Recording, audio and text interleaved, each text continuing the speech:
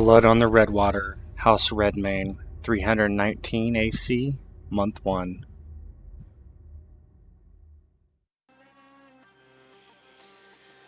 Alright, the Kingdom of Dorne. 319 years after Aegon Targaryen conquered Westeros and the Great Kings bent the knee to his rule, all except Prince Nymor Martell, who thwarted the dragon at each turn. Dorne would keep its independence for many years, but eventually Dorne would become part of the Seven Kingdoms until less than 20 years ago. The shattering broke the Seven Kingdoms into many smaller warring fiefdoms like the ancient times. Dorne broke free of the shackles of King's Landing and remained by and large whole, but was threatened by Quentyn Martell's claim to the throne over his elder sister and the rightful heir to Prince Dorne Martell's seat of Sunspear. After 4 years of fighting, Quentyn was forced to flee into Essos in exile, leaving Arianne Martell the victor, but Dorne splintered and fractured. 4 years after Quentyn's war, Dorne still attempts to pick up the pieces with the monarch without a true-born heir.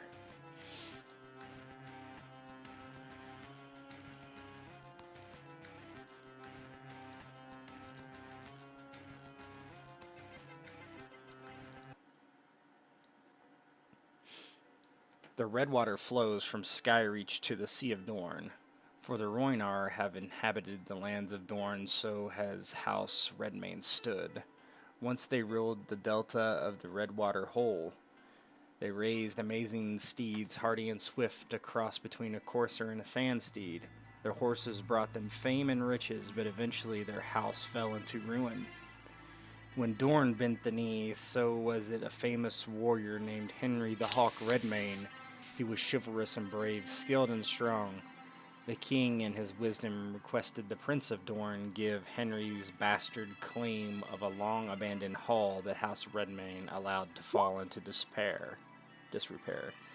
With it came the lands nearby, taxes and rights of pits and gallows. The prince agreed, and so it was renamed the Perch.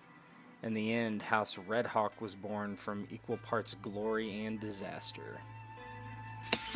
House Redmayne's folly continued, and eventually they could not be trusted to rule in the king's name, and so the lords of Redwater Keep were no more, and their justice was not their own to give. Over the years, their influence and lands waned, while House Redhawks grew. Redwater Keep was little more than the ruins of Little Sister and the Brother who had crumbled in the sea hundreds, if not thousands, of years before. Old hurts mend slowly, and new wounds fester. Both are in ample supply between the Redhawks and the Redmanes, with no one to heal the hurts of the past years.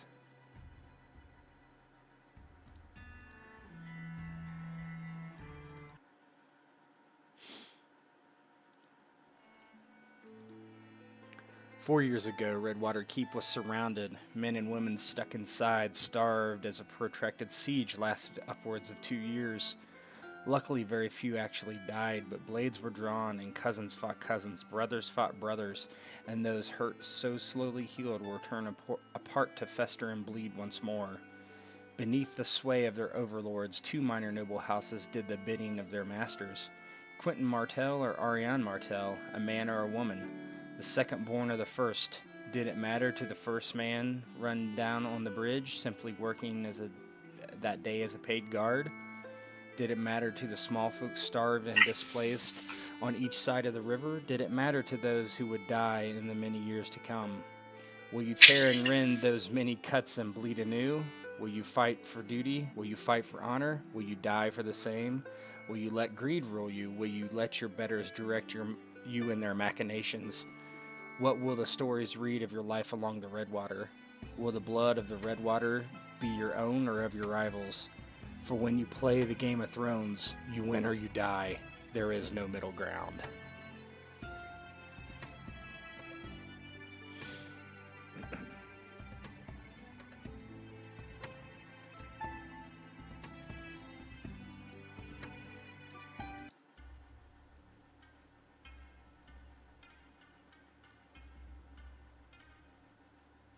Bear with me.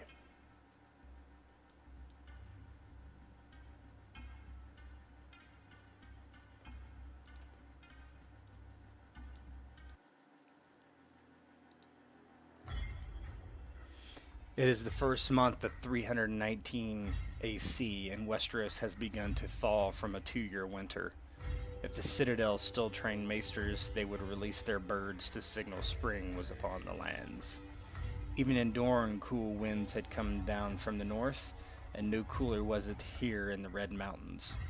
The former winter was much less harsh than which had began the shattering winter they had called it, and rightfully so, as many died from steel and hunger alike. Today, however, is a joyous occasion. Today is young Lady Alysanne's 5th name-day. Lady Alysanne is the youngest child of Ser Aron and Lady Miriam. The girl has the look of her father, with Andal features weighing heavily upon her, unlike nearly all her siblings. Ser Aron and Lady Miriam have invited nearly all of importance in Redwater save for their rivals, House Redhawk. The knight of Redwater Keep, Ser Aron, sat upon a dais overlooking the great hall of Redwater Keep. He was nearly 40, fighting in both the Shattering and Quentin's War. He has seen his father and brothers die against the Lannisters, which forced him home soon after. Even still, he inherited a falling house. Years of neglect and troubles had caused House Redmayne to fall into despair, while their rivals and cousins, House Redhawk, prospered. And yet, when Quentin's War came, House Redmayne backed the right side. It elevated them in esteem to House Martell, and they were finally able to throw off the yoke of House Ironwood. And still, it was not enough, as they flounder even today. Redwater Keep, also known as the Orphan, was an ancient structure older than House Redmayne itself. Built on an island in the delta of the Redwater River, it was connected on each by a bridge to the market town of Redwater. The north side was controlled by House Redmayne, and the south House Redhawk. But the island was still claimed by House Redmayne only, and the taxes were collected from moving back and forth between the coasts. There was obvious proof that those taxes were placed upon House Redhawk's men and sympathizers and not their own. Redwater Keep's walls were sparsely decorated, as many of the house's goods have been sold over the years to pay for this and that. It had all happened before Ser Aron's time, but the glory of the original breeder of great Redmane sand seeds was all but lost. Imitations had cropped up throughout Dorne, and at some point men had purchased enough of House Redmayne stock to breed their own steeds. It had hurt House Redmayne, but all were cheap imitations, which was House Redmayne's saving grace. House Redmayne and Redhawk's rivalry was always present. The two houses have feuded for nearly 100 years, but never so strongly as the last 10. Lady Miriam was born a Redhawk, but eloped with Ser Aron as a young woman. Lord Oliver, her brother, was furious and deepened his anger and resentment for both his sister and her husband. Quentin's War was the last of the conflicts within Dorne. House Redmayne has sided with the true ruler of Dorne, Arianne Martell, while House Redhawk had risen up with their Lord Paramount, House Ironwood, who betrayed House Martell once again. They had supported the pretender Quentin Martell. It was just one more finger in an already bleeding wound. But now, under Princess Arianne's peace, House Redmayne looks across the river at their rivals with distrust and displeasure. How long would it be before the powder keg ignited? It seemed an eventuality, but today was a day of feasting and celebration. None would shrink at the opportunity to make merry in these sullen times. Okay, so this is the feast for Lady Miriam and Lord Aron's youngest child. It's her 5th name day. What I would like you to do is go ahead and describe your primary character, whoever you're actually playing in the scene, and describe who they are, kind of what they look like, that sort of thing. And whoever wants to can begin. I'll go first since I'm the quote-unquote lord of the house. Aron Redmane sat upon his meager throne at the Redwater, a tall man for his size, very much not what you expect of Dorne. A stone Dornish through and through, a man strong with Andal blood, long blonde hair and a beard accentuate his masculine features. Next to him sits his wife Miriam, someone who he's had a tumultuous relationship with over the years. He is known as a seasoned fighter, a good commander, though he is known to make some mistakes from time to time, especially when it comes to his personal dealings. He is very loyal to his family and never forgets those who have crossed him. Okay. Lady Miriam, do you want to go next? All right. Miriam is a skinned, dark-eyed, raven-haired, maybe not a real beauty, but she's attractive. Even if getting a little long in the tooth. She seems quite happy today. Pleased at the occasion. She's seated beside her lord on the dais, looking around at the assembly, the big smile. And I think that about describes the lady at this point. Okay. Just gonna move myself, Ted. No, that's fine.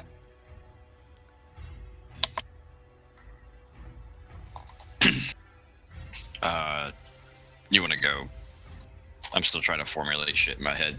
Yeah, go ahead, Jam. Yeah. Thomas Redmane kind of inherited the dark hair of his mother, but definitely has similar features to his father. Not quite as tall as him, but definitely built very similar to him in a lot of aspects. But he does have a slight Dornish side to him that you can kind of see. He's very much emulated himself after his father. You know, he squired for him during the war with Quentin Martell, even though it was a short war that he actually got to participate in. And he's known for being a little headstrong, kind of cocky, and he absolutely loves to ride out into battle and try and prove himself, because he didn't really get a chance to do so when he was younger. Okay. That's him. So my main character for this game is Amber Sand, the bastard child of one. What's her name? Alyssa Dane? Alaria? Alaria Dane and Aaron Redmayne. And she has the features of a Roynish and the features of old Valyria as well. Her skin is spotted like that of the Redmane steeds. Her skin's also amber-like in color. Her hair is a natural flowing kind of burgundy. Her eyes are set with a very light shade of purple that denoted from the House of Dane, just denotating her parentage.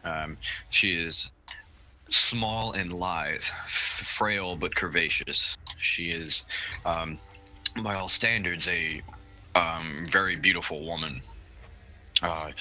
And she's lived most of her life in not solitude, but in the shadow of her family. She grew up alongside Thomas, and the war had definitely hit her hard, as being locked away in her, well, not locked away, but staying most of her time in her room. At some point during the war, there was an attempt on her life, and she had barely lived through it. And this had left her meek, more so than the average Dornish woman who is, 4'7", 4'8". Amber fits that mold quite well. And she wears a stark silver crown on top of her head. Do you want to describe where that crown came from? Yes. So it was last year, right? near the end. Yeah. Near the end of last year, as the winter started to fade, a great tourney had been placed at Sunspear, and knights from all over, even as far as the Stormlands or even the Reach, had come to participate in such a grand tourney. It's akin to the one at Terran Hall. Lady Martell, or the Queen Martell, Ariane, was upset at the crowning of, or was upset by Amber winning the crown of Queen of Love and Beauty. And this has caused a very, boon, if you could say it, in Lord Aron's, fortunes and House Redmayne's fortunes, as this had garnered the needed tension that Redmane did need at the time, and as numerous suitors have already come at the beginning of this year for Amber herself. But none were high enough status or appeal for Lord Aron to accept at this point, right? Yeah. Yes, that's her. Okay. So, so the festivities have begun. They're each table. You have quite a few of your retainers here. There are, all Lord Aron and Lady Miriam's children are here, except Lady Miriam's natural child, who does not typically come to these type of functions for obvious reasons. But Amber, on the other hand, is the Lord's child, so she is always here. Plus, she is older, famous, that sort of thing. The servants bring out lemon cakes and, the main course and that sort of thing. So you guys feel free to roleplay amongst each other with what you're doing and that sort of thing.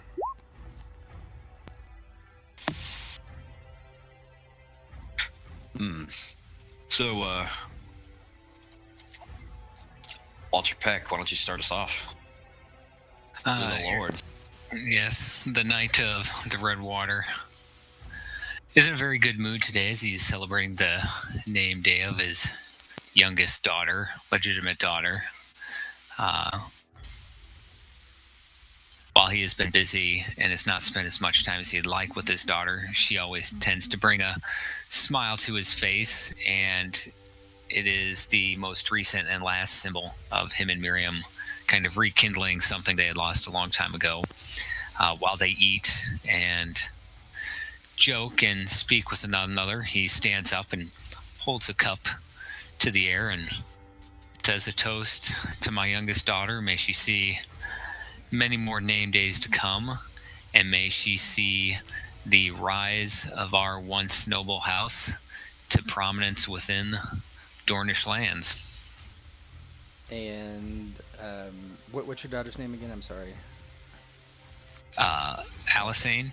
Alyssane. So she has basically 4 lemon cakes in her hand, 2 in each hand, and she kind of just raises them up, and they all kind of go spilling out, and she's got these sticky hands. She just kind of starts licking them, and all the children around her from other servants are just laughing and whatnot as she's kind of playing at your feet, kind of a small table.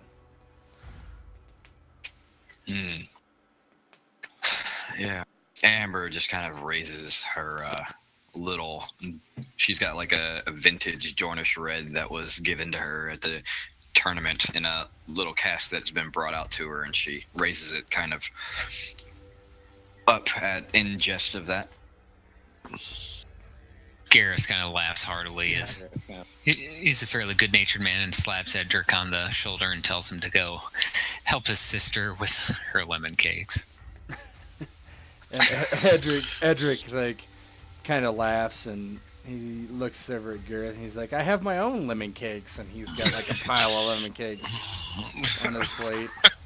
There's going to be some cavities tonight. Oh, yeah. Well, it wouldn't be an ancient setting without tooth decay. Yeah. Miriam Remember, kid. stands next to Aaron and drinks the toast. And John speaks up to that. He says, kind of almost in a parental, scornful way, "No, don't you eat all those lemon cakes. Last thing you need is an infection in those teeth."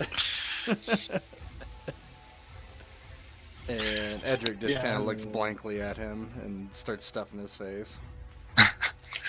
What are you gonna do, bitch? Yeah. You ain't the boss of me. What does Miriam do? She stands next to Aaron when he makes the toast. Happily drinks to the many more name days. Then she starts sort of fussing with the food. Calls some servant over and tells him to clean up the lemon cakes off the floor. Yeah, this whole procession, Ulrich's just been, he's got an arm rested on his, the top of his shield, but it's sitting in front of him, and he's been standing just quietly. And he's in, not in full plate, but he's in his brigandine, just kind of, obviously being a lord's right hand, right? Mm-hmm. It's quite all right, young Ulrich. It's okay to enjoy the evening. And he like looks over at you. Obviously, he's standing upright, and he's probably your height, if not more, right? And Ulrich himself is, if there were ever an heir to Valyria, it would be Ulrich. The blonde hair, the deep purple eyes, the chiseled bone structure, the type of man that you would have seen, pre-shattering, and even during the days of the dance, really. He's just Valyria through and through. And he looks over at you and says, "Lord Aaron, if I may." You may. Someone has to watch while you eat. Everybody's watching me eat. And Ulrich just kind of smiles. Yes, you are correct on that. But Thomas kind of pipes up. He's like, "Father, if you eat too much, you won't be able to fit in your armor anymore." And Ulrich just kind of nods to the comment, like, someone has to make sure you can still fit into that armor, sir. I could be twice the weight and still take out you youngins. Meanwhile, over in the dark corner there to the northeast, Cassius is talking to Amber, and so do the spots go all the way down?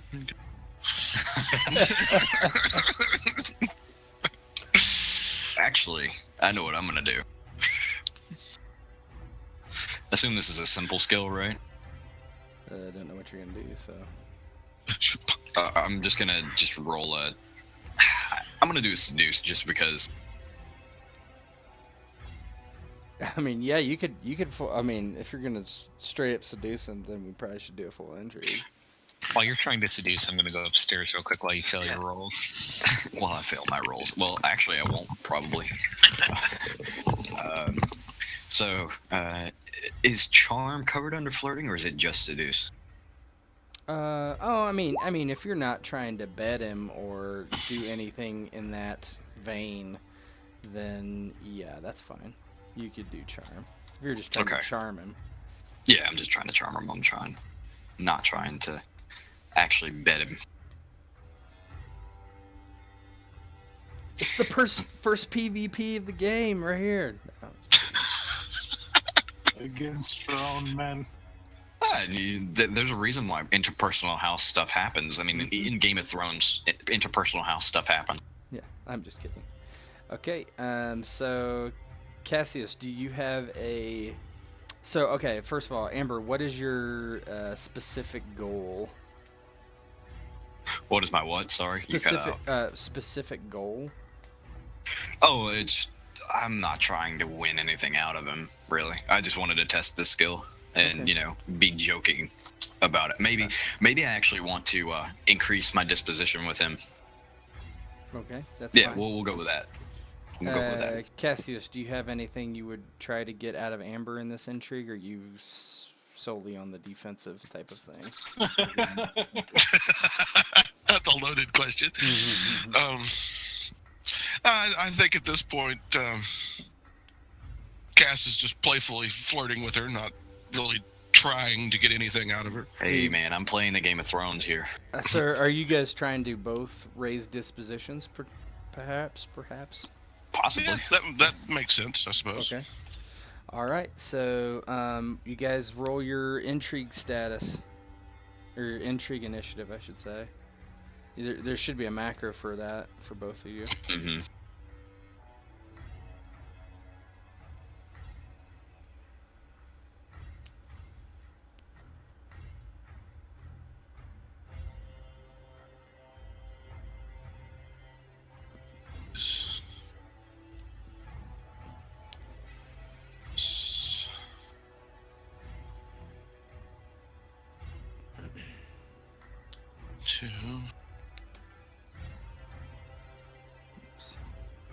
That's all right. Yeah, just select. Make sure you select Cassius when you roll it. Mm-hmm. You have to click his token. I think that's the +2. I don't know what the +2 is, but I don't have a +2. no, I'm looking at Cassius's. He might have put a 2 in his modifier. Yeah, okay. Because that would be the box. Okay, so cast selected. Rotation is a 1. Penalties none. Bonus None. Okay, that's where I went wrong. I had the charm bonus dice in there. Yeah, that's just.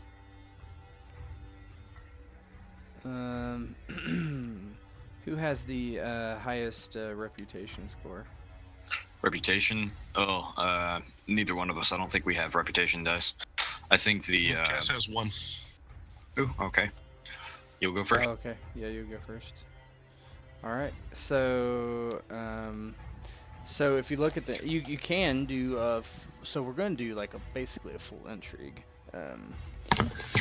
You could just lead with what you said being your first charm roll, right? Yeah, if you that's wanted fine. to keep that. Yeah, Those that's spots go all the way down. yeah.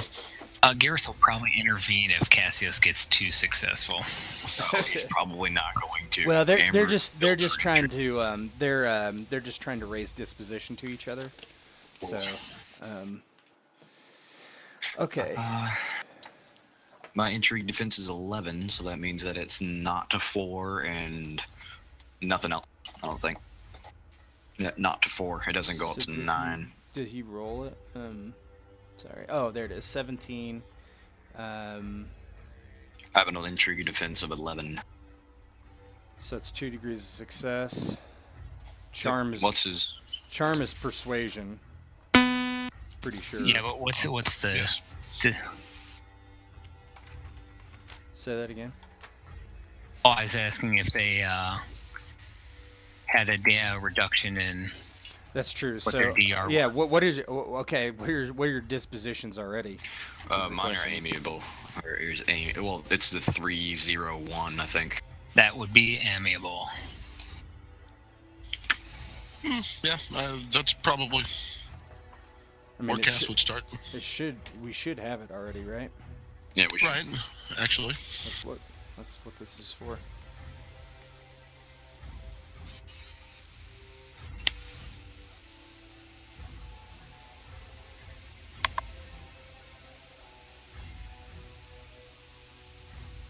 Let me look at what charm actually does for damage.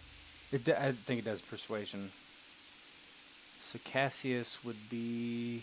So he doesn't have a Charm. specific. So he's friendly. Cassius is friendly. So that is. Okay, so friendly. He's +3 on his roll, so that's 20. 20. Versus- 11, that means that's 3 degrees? What's your? Well, you got to subtract 2 though, don't you? Oh, yes, to subtract 2. Yeah, that's right. What am I subtracting 2 for? Or is that after you can figure out That's your damage. DR is damage. Sorry. Yeah. So so +3, 20. What's your intrigue defense? 11. So that's 2 degrees of success. DR for me is 3. Say that again. I take 5. So he has 5 charm. He has 5 persuasion. No. He has 4 persuasion. So yeah, he has. It'd be 8 minus 3 is 5. Oh, I see what you. Yes, correct. So you do take 5. Yep. Go ahead. What do you respond with? Well, Cassius, wouldn't you like to know? And she is going to charm him. And this is gonna be a doozy. Okay, so I'm not gonna worry about the rerolls. What's the differences between the complex and the regular skills? Do you know? Off the top of your head. What you mean the macro? Mm-hmm. Complex just tells you how many degrees of success you got versus the. Oh, I'm gonna use that one then. So what's your intrigue defense? Cass is an 8. Okay, and so charismatic, +2 charm, +1 from the hen, and then Don't forget you're famous and all that jazz, right? yeah. So that means I'm rolling 8d6, keep 8. Or no, yes, no, it's 7d6, keep 7. Oh, it's a little bit higher than that. It's because charm, it's gonna be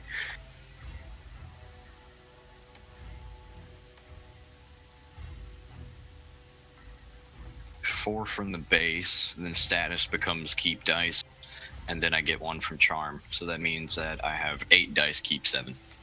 Hold on. I'm not understanding how that's possible. Let's see. So persuasion, charm, that's Yes, but look at the famous benefits. Sorry.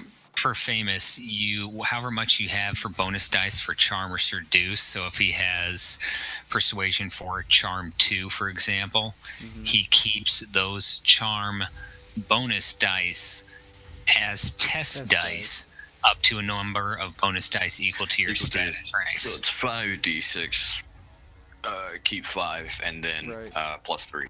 My bad. correct. That's what I agree. Yep, famous is great for making people like you or banging them, but not necessarily for actually convincing them to do stuff. What's your target number? 8. Whatever this is, +3.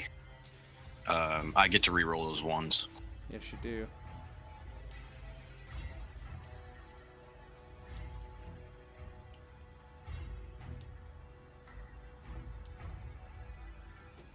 Yeah, just reroll them. Just do 2d6. Yeah, there you go. So you're keeping 5, right? So. Yep. Yep. So you keep them all. Let's see, 3, 4, 4, 4. It's 19, 21, plus 3, 24. 24 versus 8. That's 3 degrees or 4 degrees. That's 4 degrees. What's your persuasion? 4. 4. So that's 16 damage. 16 minus him being friendly is 2. That's 14. So you can take a frustration, or you can just be defeated, basically. And by being defeated in this case, you just basically your disposition will increase to affectionate for her. Yeah, and the way she does this is that she kind of like puts an elbow on the table and like uses it to push up her for her frame rather large bosom, and she like leans over eyebrow, and you get the glimmer of the crown on her head, and she kind of like says that, running a hand down her like the V in her dress.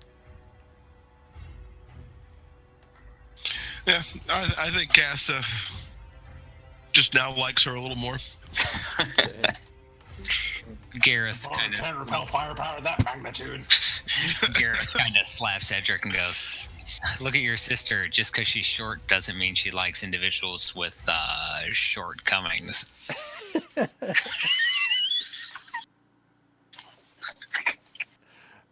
right. So did that intrigue make sense to everybody who? Yeah, no, that made sense to me. Along? Yeah. Yeah, that's good. You get it. It's very simple. I wanted to do something like this, Ted, just because I wanted to see the play rules anyway. No, that's fine. We figured out what the dice were. Now we'll hopefully out be there able to too. remember it. Yeah. So Cassius kind of like starts something and doesn't really realize where it's going as she kind of makes him very, very fond of her all of a sudden. So as the party's going on, anybody else have anything they want to do on their own?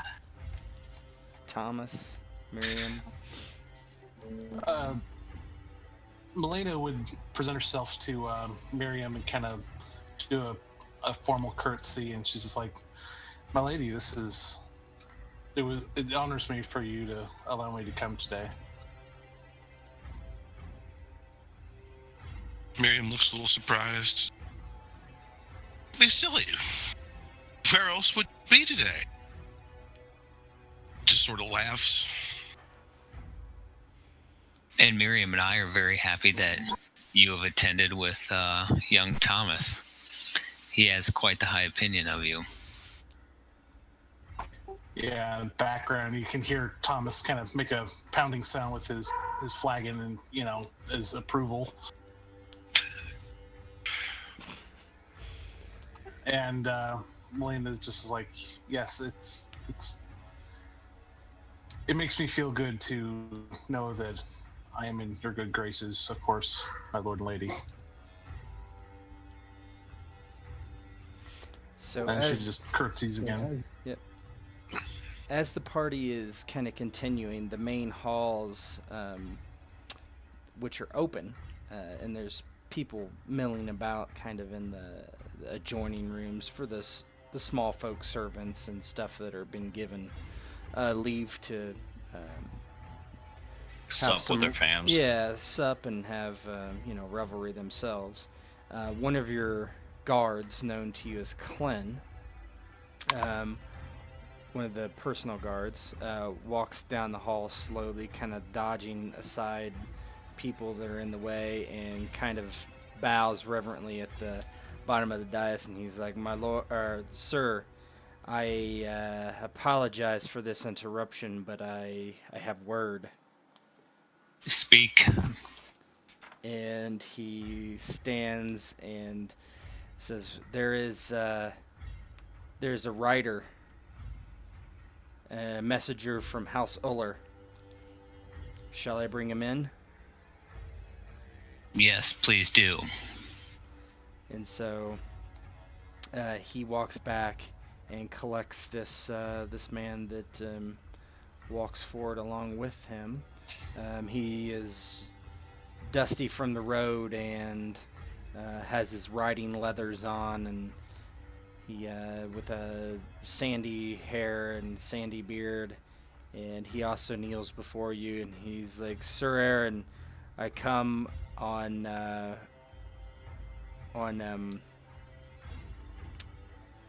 command of my Lord Ulrich." Or not Ulrich, hold on. Sir, yes.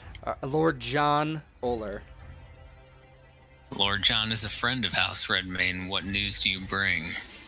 And he says, "I bring this, my lord." And he kind of like extends a rolled up parchment to you with the seal of House Oller. Aaron walks forward and takes it from him, and after looking at the seal, breaks it and opens it. So it reads, "Ser Aron, I will be visiting you in the next phase of the moon with my third son. I wish to make introductions to your natural daughter, Amber, if this pleases you. I will be coming regardless, also on business of the princess, to view your readiness for any further problems from House Ironwood or others that would disrupt the Queen's peace." Did you say the third son of him? Yep. Okay. And the messenger kind of just stands there silently.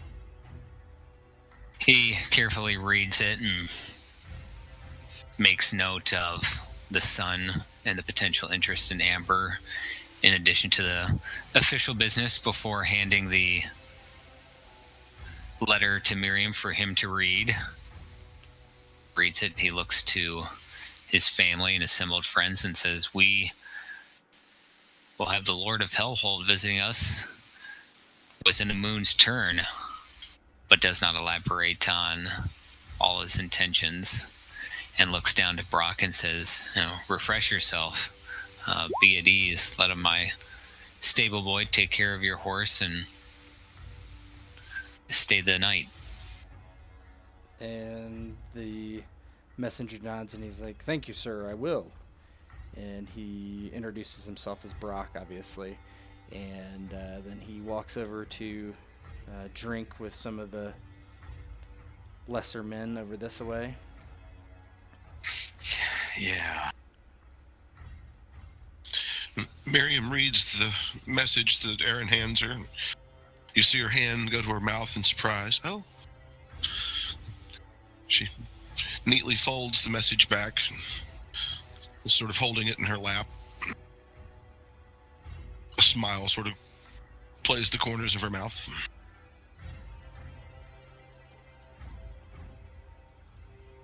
During the festivals, Aron quietly talks to specific people on wanting to discuss the contents of the letter. The people he would have reached out to would have been Ulrich, his squire, his wife, of course, Gareth, Thomas, Amber. Oh yeah. So sorry, I didn't. Go ahead. When you kind of maybe go back to your seat and you kind of whisper over at Ulrich, who's standing next to you, he straps on his helmet, and he takes it off and puts it underneath his arm, and he bends down to listen to you, right? And this is the first time as overall we see it, but Ulrich's face is mired with crushing wounds that equated to something like a warhammer. His upper cheekbone on his right cheek is dented inwards, and the upper bone of his occipital on his left is crushed inwards. But it mires his naturally good appearance just from him being Valyrian. But this is where we see the stitch work kind of come through, and the torchlight of the inner. You cut out. Yeah. Do we know where he suffered this injury, or by whom?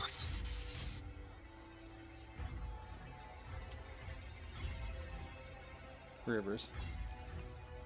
I wonder if the storm just got Rivers. Yeah. I'm also going to retcon that name. Apologies, I totally spaced what it is. It's Alwick.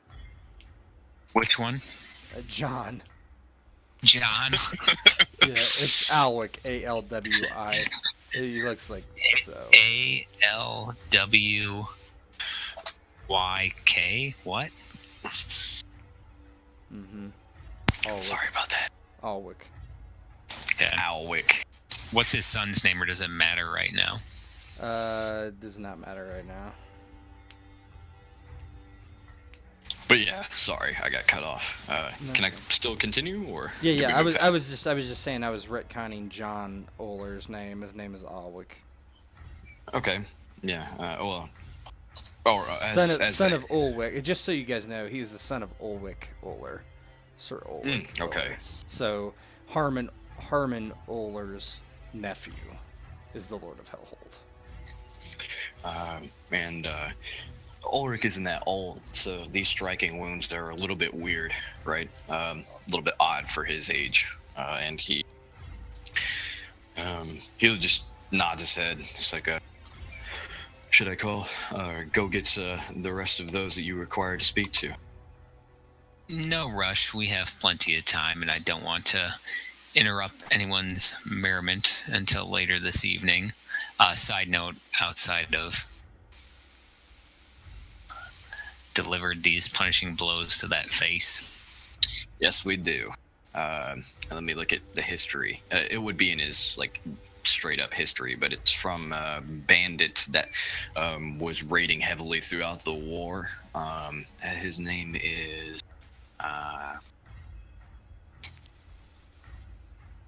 where is it?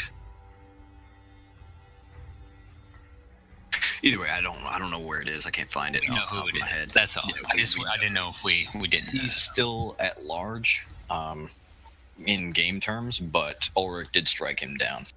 Okay. Yeah, Thomas didn't really pay much attention to the messenger, so he didn't really. I mean, he saw him there. It didn't really register with him. He was obviously flirting with Milena. Of course. We shall deal with that later. Priority straight. Mm-hmm. Oh, Ulrich does say Something this, straight. He says, the one thing I have been doing, Lord Aron, is your daughter Amber, my sister, has been speaking to Cassius quite openly. And he just kind of looks back up into the scene. Aron kind of looks at him, and it's not necessarily a smile, but it's not necessarily disapproving, where he's like, well, blood runs hotter down here in Dorne. Who am I to judge? John, the actual person named John, kind of muttering to himself. Someone may have overheard him kind of grumpily, she better be careful with who she lies with, referring to Amber, a woman that small. Very well might die in childbirth. And just so everyone knows, John is very, very good when it comes to healing and medicine, and also very grumpy and paranoid. Yes. I can't remember which phobia it is with sickness and injury, but that's that. That's his phobia. Agoraphobia. Something like that. Not drinking or... Fuck, words. Yes, that one. He's drinking water and not partaking in lemon cake. Which is so bad. Like, you do not want to drink water over alcohol in this period of time. Like, for real. I'm not joking. He went through his invention of a 50-gallon drum of sand and coal. He's got a desalination plant set up in the back. He learned it while he was a slave in Slaver's Bay, but that's neither here nor there. Stop. That's just for Ted, so anyway. So as the night goes on, if we're looking at Go ahead. Aron, yes, would call Ulrich, Miriam, Gareth, Thomas, and Cassius to a meeting later on to discuss the letter, its contents, and look for them for their opinions on the matter. Amber's included, yeah. Yes, Amber is included. Really, the only person I didn't include was Thomas's dame, just because I don't really see her being into the family yet. No, she's still being courted. She's not actually being officially engaged yet. Yep. So after the merriment's over and you retire to your solar, and in your solar you round some of the important people of the house, as mentioned. And standing outside, guarding the way, is Ox and Clyn. And so you can talk about the letter now. Well, Aron kind of picks the letter back up after it had been handed back to him from Miriam and goes, we're going to have a visitor. Lord Alwick of Hellholt will be coming, and is twofold. The first is his son, third son. He is interested in a potential betrothal to Amber, which I find quite interesting. But more importantly, he comes also as a messenger of our queen to assess how things have been going on the Redwater. Amber, I would like to know your initial reaction to this, and he hands the letter to her for her to read if she chooses to. And she'll take it and read it, but she She just like looks at you and says, "Well, Father, I will do as you ask of me. That much is clear. I won't take part in your judgment, but mayhap we could think higher. A third-born son. Oh, don't worry. Is a third-born. I am always looking to. In a perfect world, we'd find someone that you'd actually enjoy being married to. However, we don't live in a perfect world, but I will be looking to make a better choice for you than the third son of Hellholt.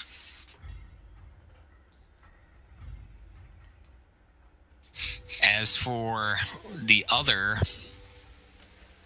going, we all know of the lawlessness that is currently prevailing in Red Hawk lands. Cassios, I know you often travel. What do you know? What do you see? What do your elf eyes see?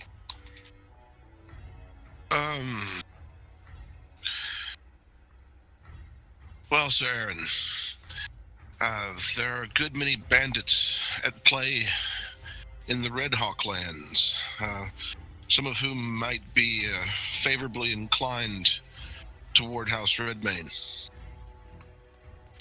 Excellent. Thomas, your Mylena, her family is heavily entrenched within House Redhawk lands. Tell me, if we were to bring her in the fold, what kind of information would she be able to provide and assist us in seeing our house rise while their house suffers as a consequence? Well, I mean, her family is quite well known for having some sort of schism that happened between her father and her uncle. I don't really know the details. She's been fairly quiet about it, but it's pretty major. But what the importance of her bringing the family, besides the fact that I am absolutely smitten with her, is the fact that her family is fairly wealthy and would have many connections throughout the city that would give us great advantage over starting to get some of our old holdings back in control if we so wished. Very well. And he kind of poses this question to John, but also the group. How did House Oller fare in the rebellion? And how are they doing currently?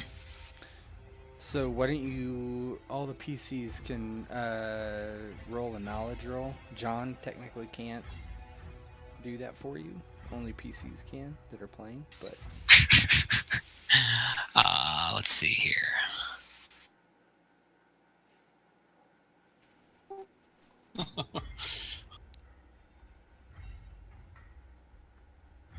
John was busy filtering his water. Yes.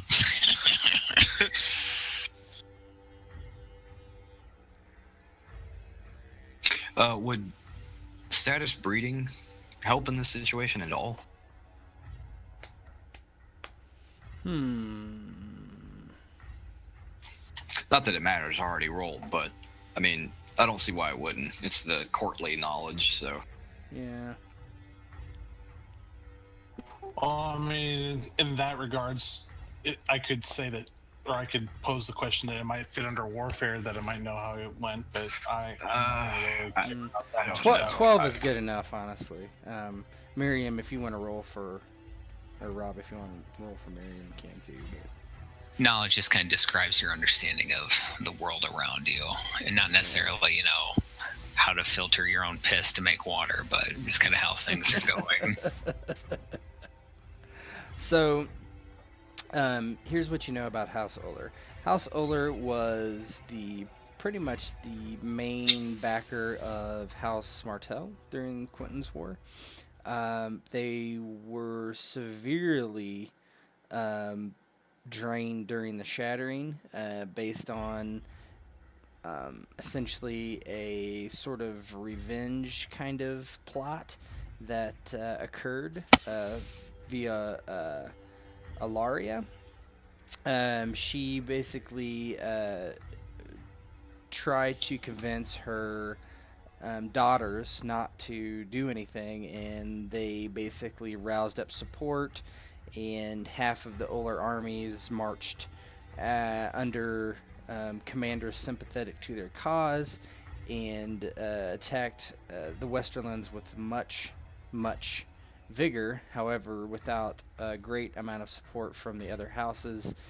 In Dorne, they were pretty much decimated and defeated, and so their power as far as military strength has been lessened significantly since then. However, they do have still a very, very large army, probably third or fourth largest in Dorne, probably after Ironwood and Dane at this point.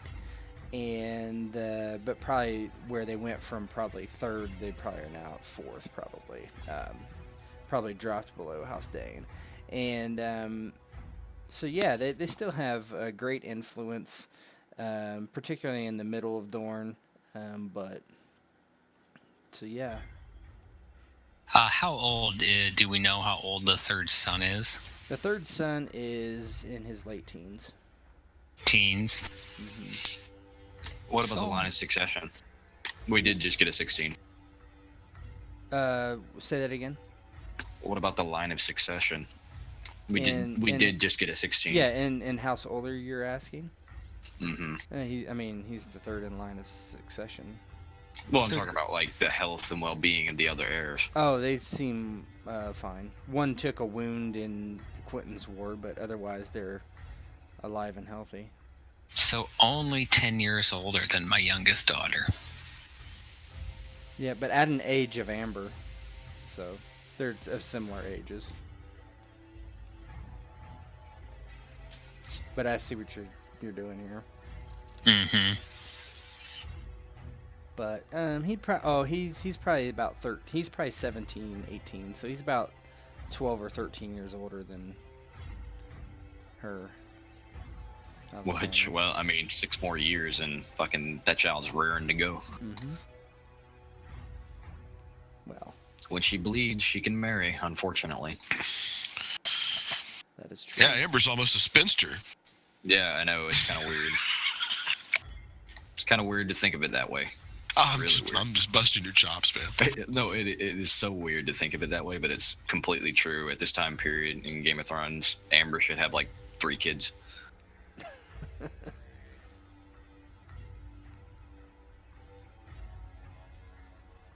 Miriam basically had a kid right off the bat. Oh, God. Miriam was older than that, but yeah. Let's not get this flagged for.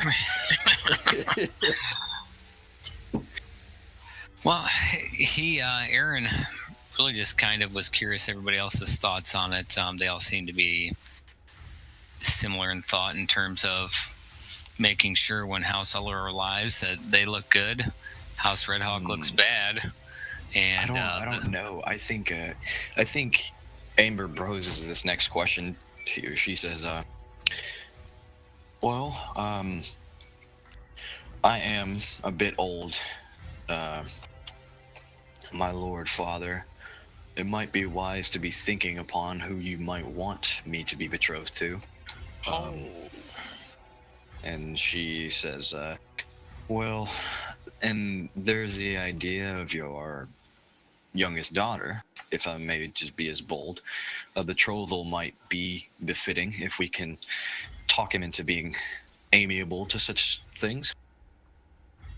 Oh, unfortunately, your marriage is on the forefront of my mind, though I don't think a third son will do for you. A betrothal could always be in order. How receptive Lord Alwick is to that remains to be seen. I'm sure that I could sway their interests if needed, but, well. And she kind of laughs. She's like, but in any case, I shan't think of the opportunity. I mean, I haven't spoken to Queen Martell, but barring the tournament, and she had only said a few words to me, but she said, be worried for what is to come. Yes, the higher the pedestal you sit upon, the more people that wish to cast you down or want a piece of you. And that is something we will deal with as a family. And she just kind of bows her head and she says, well, Lord Father, as I had said before, I will do as you tell me to. And she just kind of bows her head. This is where we find out that Amber is like highly affectionate to her father and mother. Well, mother in the sense of Miriam, right?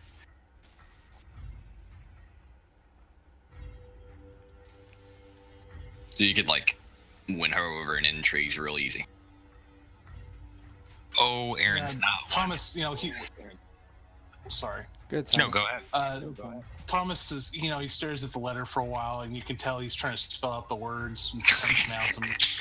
And I love the cut and dry between 2 and 3 of language you can't read or you can read. And he's like, Father, our armies, well, I personally think that we have the best cavalry in all of Dorne. Have you seen our archers, to be frank? We don't really pose a intimidating front. Oh, it is easy to train archers. You shoot a shaft into the air, it falls to the ground eventually. It'll hit something along the way. Our cavalry, that is where our strength is. Our scorpions, controlled by our engineers, they will provide any sort of missile cover our cavalry may need. Plus, to worry about going to war with any house right now. As much as I may not like the Redhawks, we have no legal right to openly attack them, nor reason. If we are to... No. But they are to come and inspect our forces, as it were. I do not think they will find us lacking.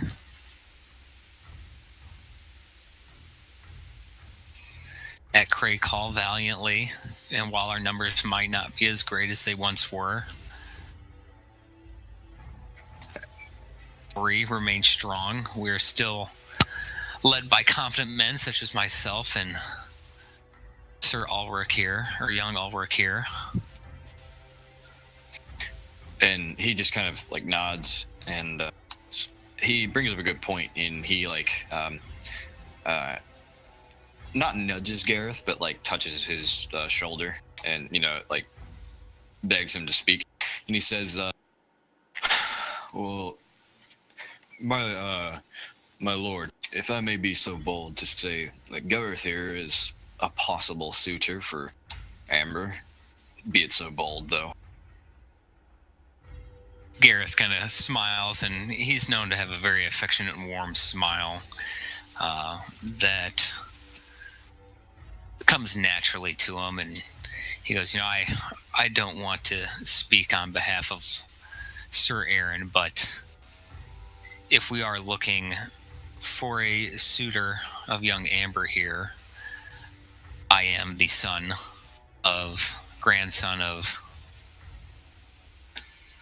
Their blood does run through my veins, and while in the past I may have kind of fumbled in my attempt to claim House Ironwood lands in their first failed rebellion along with Quentin, I have learned a great many lessons, and one could say an offspring of Dane and an offspring of Ironwood would make a suitable match. Yeah, they would, especially along the lines of sealing the deal, especially if any disputes come about, Lord Aron. And Ulrich just kind of nods back to Amber and Gareth. And runs a hand through his beard and agrees with Ulrich that, yes, I do think those two would be a good match. However, there would be a great many detractors asking why we're marrying one bastard to another, and how somehow that would make some sort of powerful lineage to go by, or somehow give them legitimate claims to one of the oldest and most powerful houses in all of Dorne, despite the fact that they rebelled.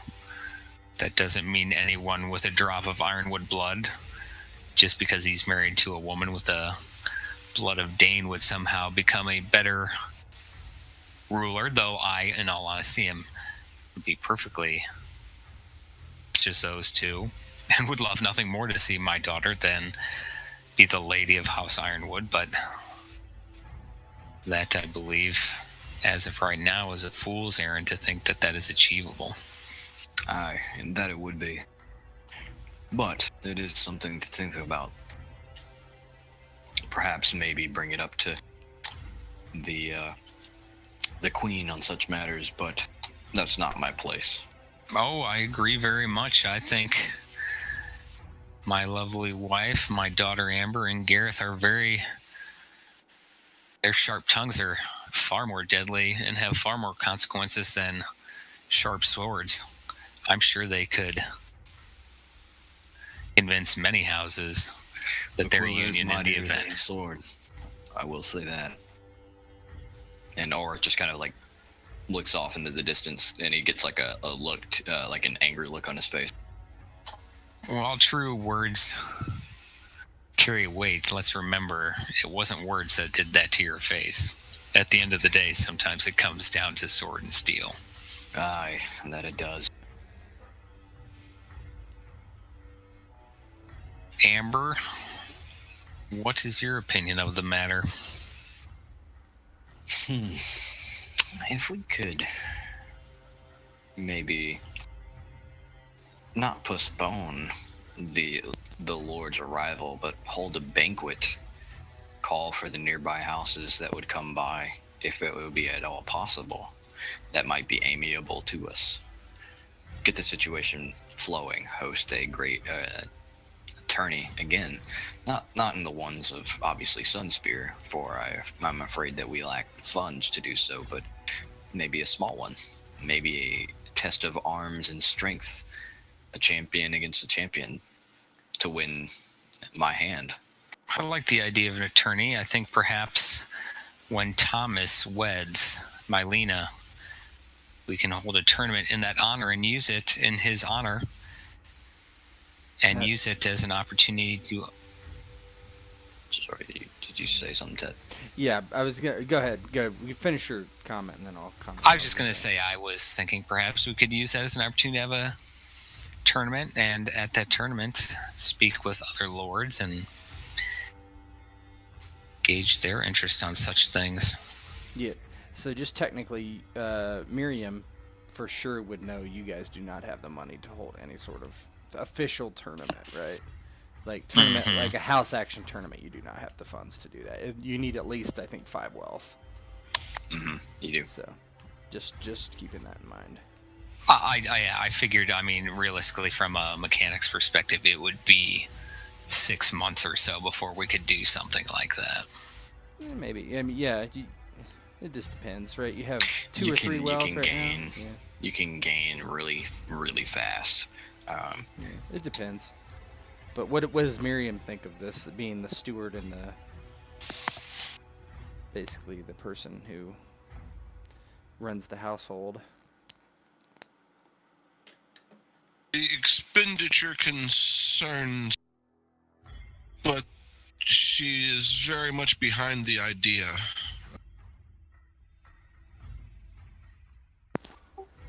Yeah, Plus, this is like... sorry. Go ahead. Tom's like, honestly, it won't hurt us to have an ally in the Blackwaters. Having a merchant fleet behind us would also help us accumulate wealth.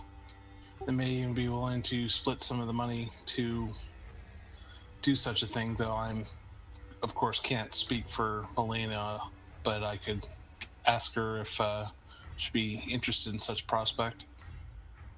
Well, not only is there her inheritance, there is the fact that there would be a dowry to be paid to us for the marriage. I'm not suggesting it would be enough to sponsor a tournament. Yes, but a thirdborn is a thirdborn. And, well, unfortunately, I don't think that the price for my head would be all that great, considering he is a thirdborn. We can put the matter of the thirdborn to rest. I have no intention of seeing that marriage or that proposal accepted. The question becomes, what do we do in its place? Offer him something he can contend with for a while. Entertain the thought of a betrothal. Do something to win them over. I will take that advice under consideration. And Amber just kind of nods her head at that. It's like, in the meantime, immediate matters are a concern, no? Mm-hmm. In the meantime, we drill our soldiers. We have them polish their blades, their armor. We have them look as elite as possible and await the arrival of House Oller, or Lord Alwick. Impress upon them that the Knight of Redwater and his forces stand at the Queen's command and are ready at a moment's notice. Yeah, or just kind of, he's holding his, like, the top of his shield, and it's a large shield, right? And he, like, picks it up, like, maybe an inch off the ground, and he clacks it. The metal bottom of the shield clacks onto the ground at that as a kind of, like, resonating tone. Yeah, Thomas just kind of nods. He's like, I believe I can get him in. Whipped up with the help of Ulrich and some of our other men-at-arms. Gareth looks to Ser Aron and says, I'm good with a bow. I can see if there's anything I can do to assist them in proving their aim in the meantime, getting them a little less green behind the ears.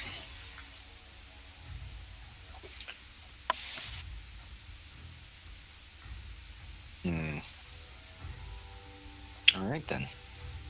I don't know if we have anything else to say. Some of the stuff I don't want to say out loud. It is settled. If anyone actually wants to talk to Aron in private, they're more than welcome to. Cassios and Aron. Yes, Cassios. So basically, so it's getting late and the meeting kind of breaks up and people depart as Ser Aron wishes, and he can ask people to stay or whatever, right? He'll probably talk to Cassios really quickly. Auric is out of earshot. Yeah, he'll ask. He'll ask to speak in private with Cassios. Okay. So Cassios present slides himself. onto the table. Slides up onto the table, spreading. It is Game of Thrones. Alright, go ahead. Right. Kind of, Aron looks around, kind of leans forward in a conspiratorial manner with Cassios and goes, it'd be a shame if some goods on the southern bank of the Redwater fell into the wrong hands, if you're catching my meaning. Cass grins. Aye, that would be terrible, Ser Aron. Terrible indeed. I wouldn't want House Oller to feel Redwater is unsafe and that House Redhawk is incapable of maintaining the Queen's peace. And the most ham-fisted fucking, like, I know. So great. And of course, if our garrison and constables were able to recover those on the north bank, well, that would just be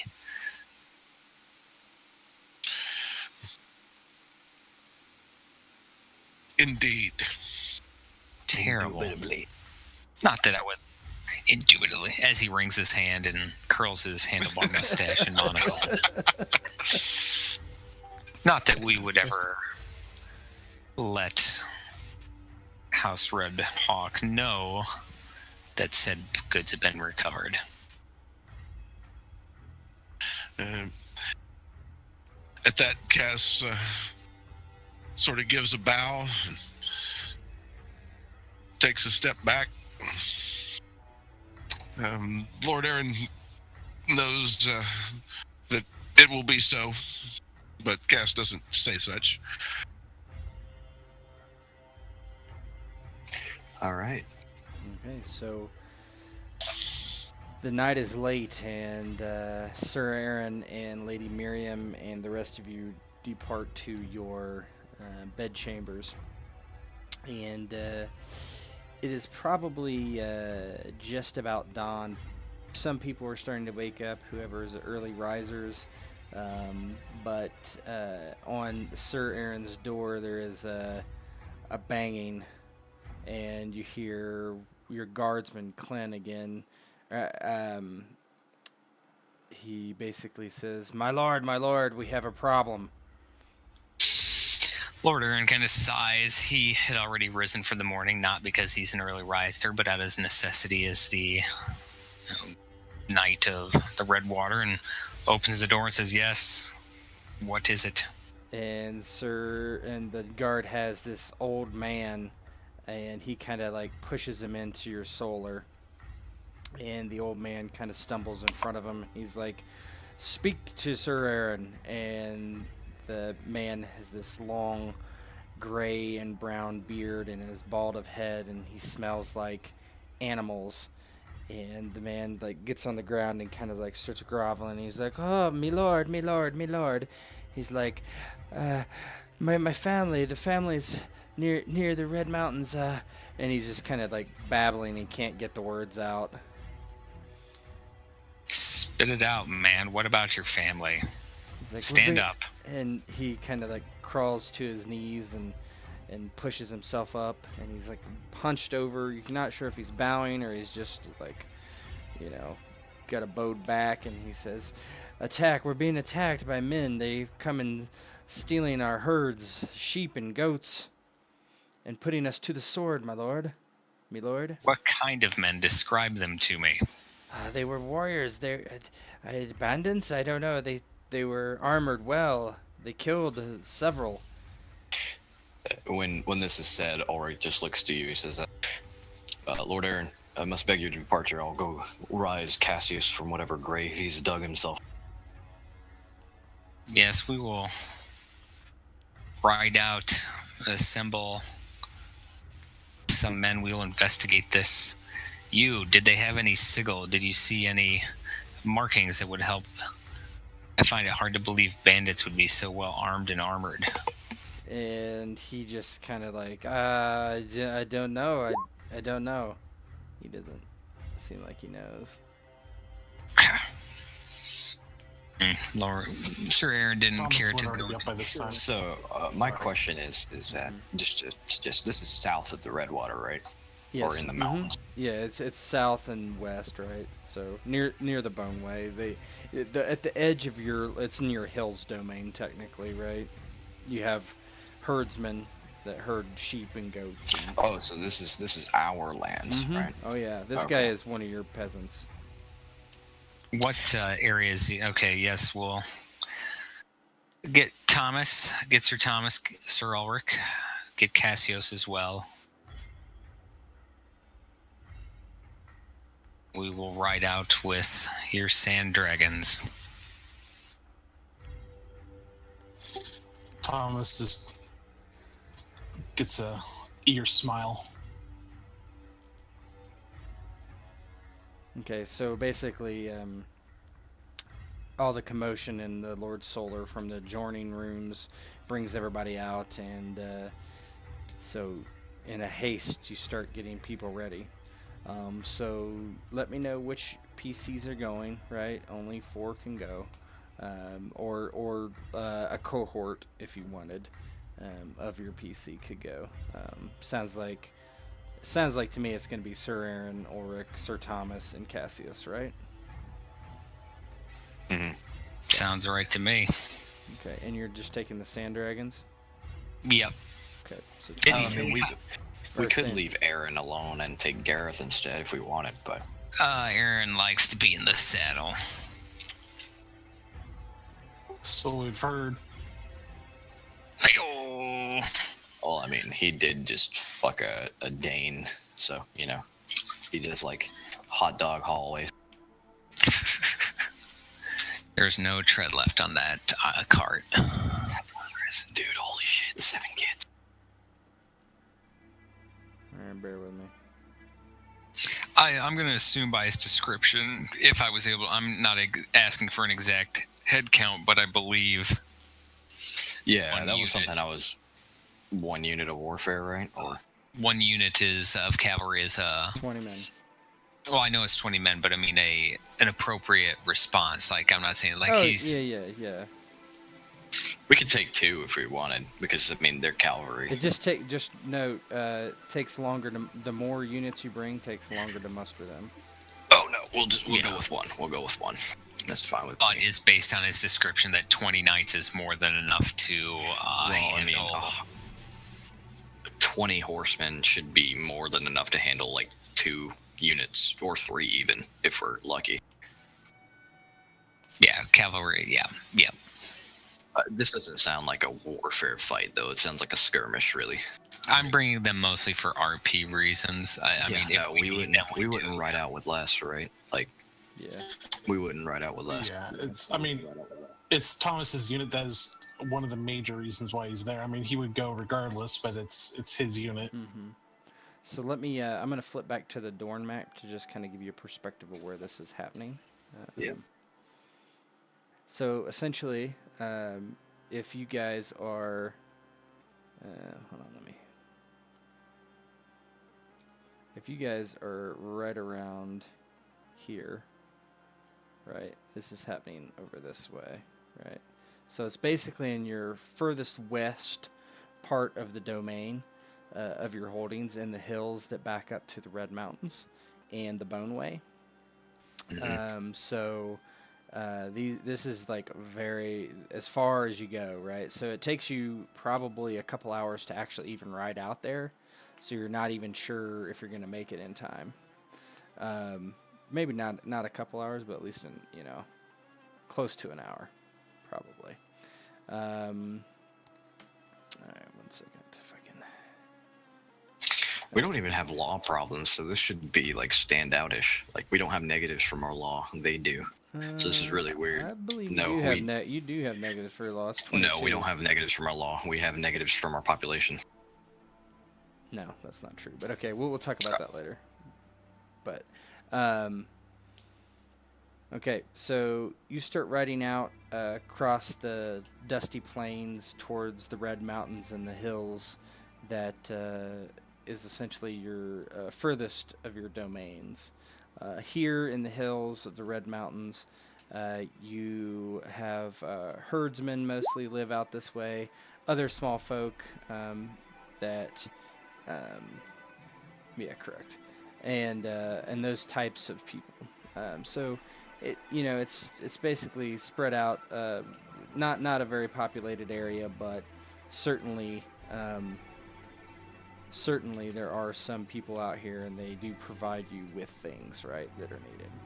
So here we go. In the hills in the distant part of House Redmayne's domain lived men and herd goats and sheep. It was long distance from Redwater and near the border of where House Will's southern domain extended. There were herders that paid taxes to House Will and some to House Redmayne, but both lived in harmony, or as much as they could, in the shadow of the Red Mountains. In the distance you see smoke.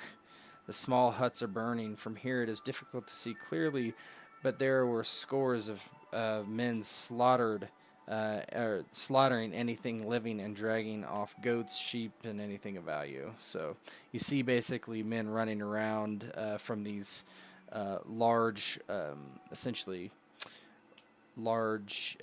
plots of land. So there would be you can see this in the distance. There would be like smoke one place, and then a mile away you see other smokes from other buildings.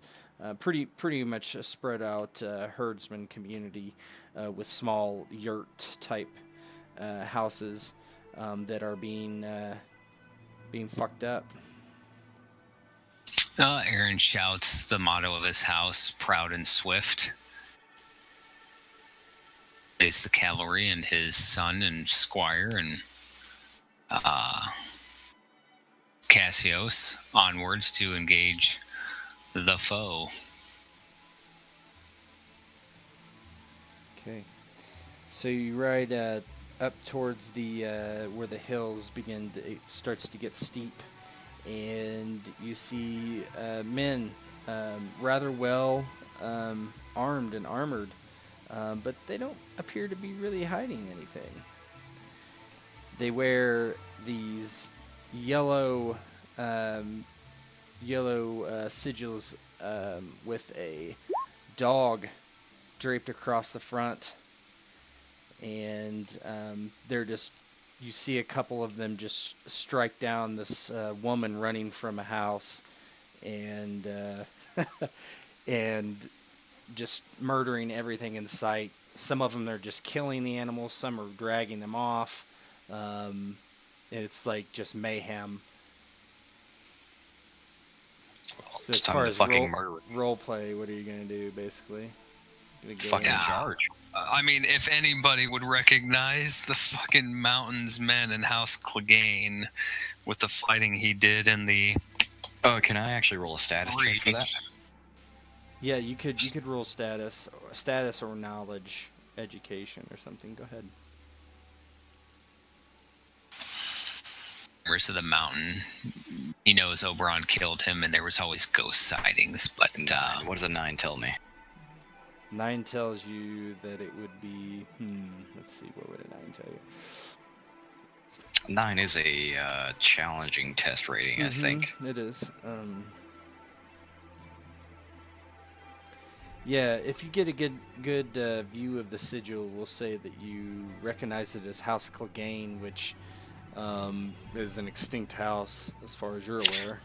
Yeah, I mean, Ulrich just kind of like is riding next to Aaron, and like, you know, as he's through the words, right, and the clinking of his horse's armor, he's like, "The betters of Clegane. The Cleganes are dead."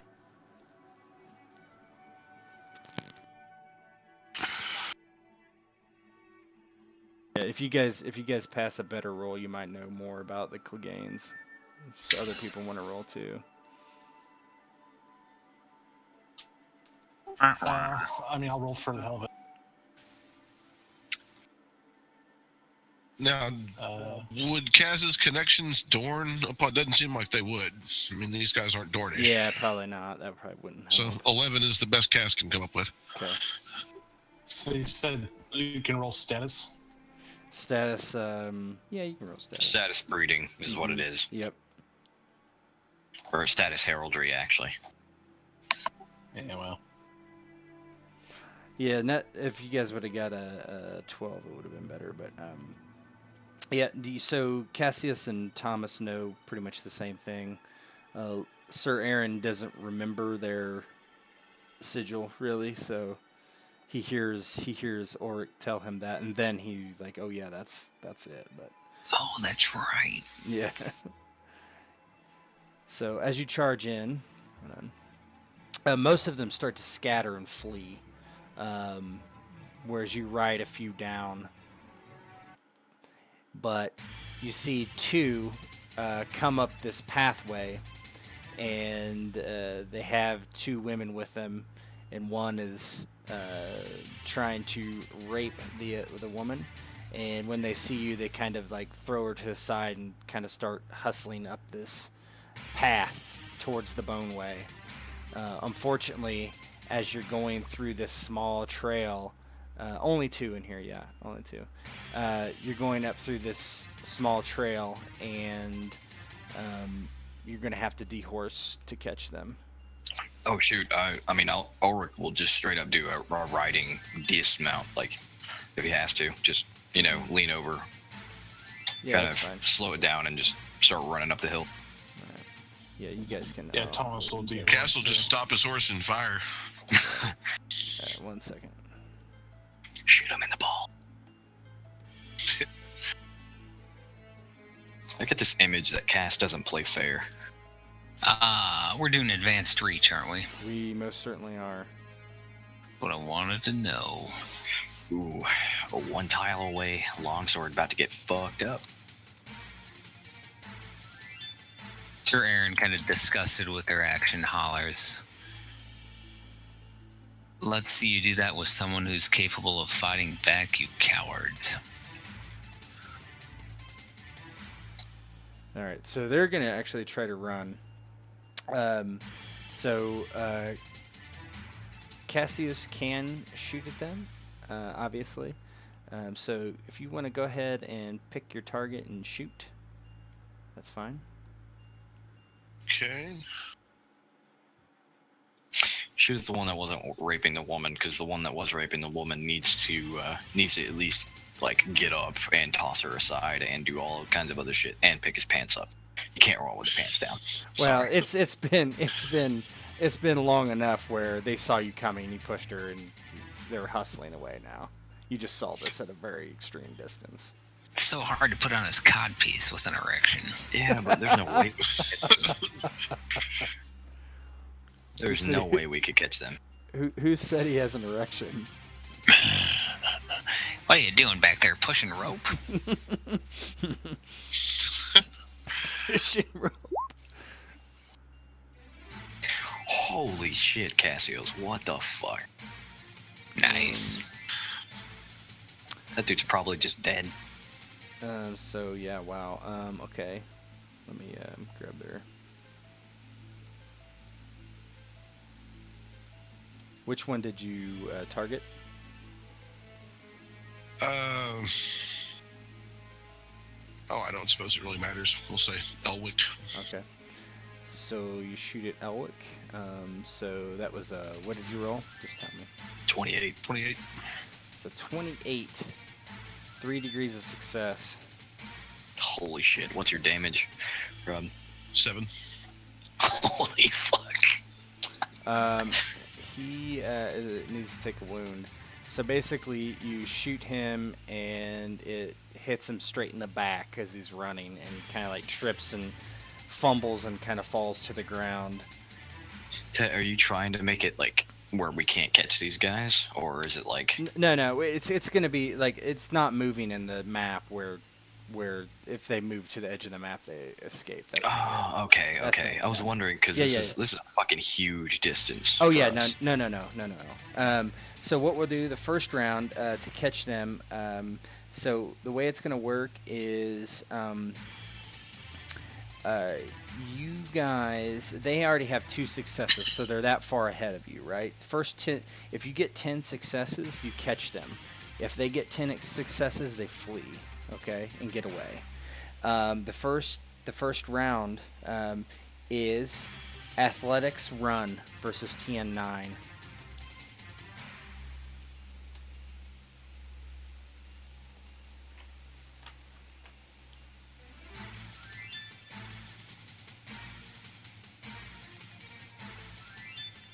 Degrees. At least for me, anyway. Mm-hmm. I'm going to use my once per day +2 for Blood of the Andals just to get an early jump on these guys. Okay. Mm-hmm. That's cool with me. I like that.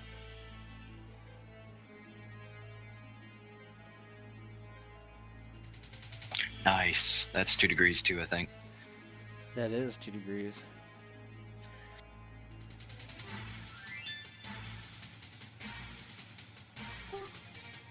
So we're rolling athletics to catch him? What's that? We're rolling athletics to catch him? Athletics run is the first one. Well, I don't think Cassio was testing, right? I think he's well, the way see he's not gonna get the way they're like dodging in and out of like hills and the path, and so he's not gonna get a clear shot at them again. So we got 1 failure, and I think we have like 18 would be 2 degrees. Mm-hmm. Yep. So you each got 2 degrees, and it's not cumulative. So some people can reach them first, right? Can I like do a running total? Yeah, I've got one here beside me. Okay. I was gonna just draw one over here to the left Yeah, or right. You can if you want. That's fine. keep you guys. We have C. That's Cassius.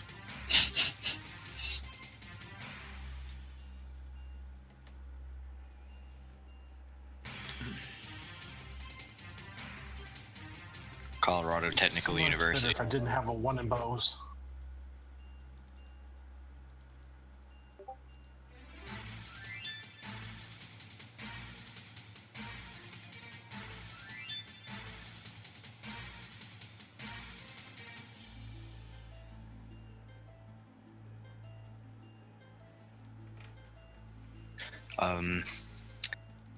What did Aaron roll?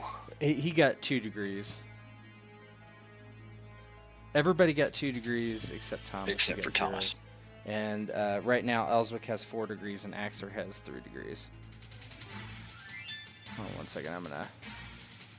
Wait, he has 3 degrees. Well, they started with 2, right? So. How can I add? How can you add what? Bo just wants to listen. Okay, so... Alright, so the next one, they come up on this hill, and they start scrambling over it. So now it is Athletics Climb versus TN9. I want to spend a... Oh, no, hold on.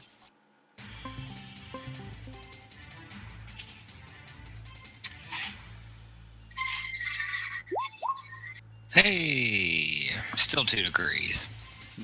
2 degrees. So it's a. So you got 4. Yep.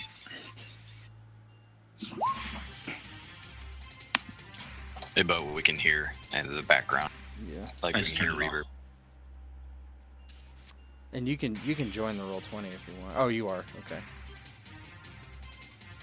I accidentally got kicked out of Roll20. I'm coming back in. Oh, that's fine. Cassius 1 degree.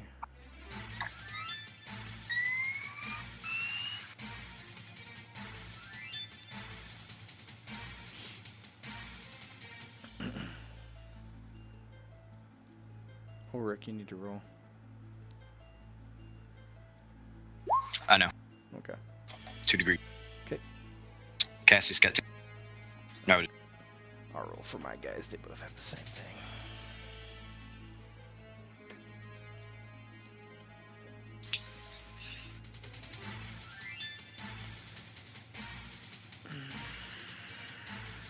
What about Aaron 2? Yep. Yes. Elwick? He has 7. Didn't one have to take a... Whoa, he has 7 yeah, degrees? yeah. You're right. Hold on. I gotta re-roll it because he has a wound.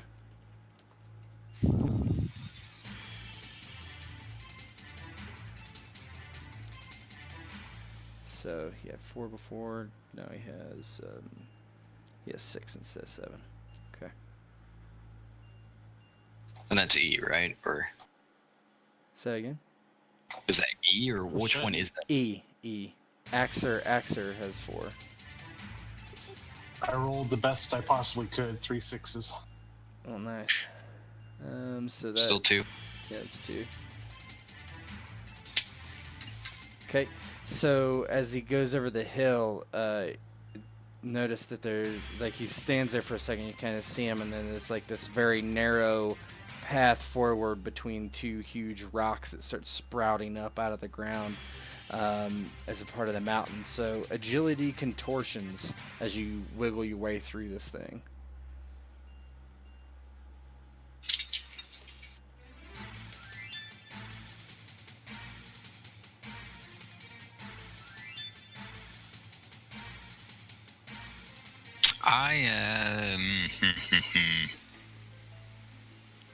I'm going to use lucky and reroll. Okay. Might come to regret that, but I'll do that. I'm going to look at fate point usage. You can add a minor detail to the scene. Right.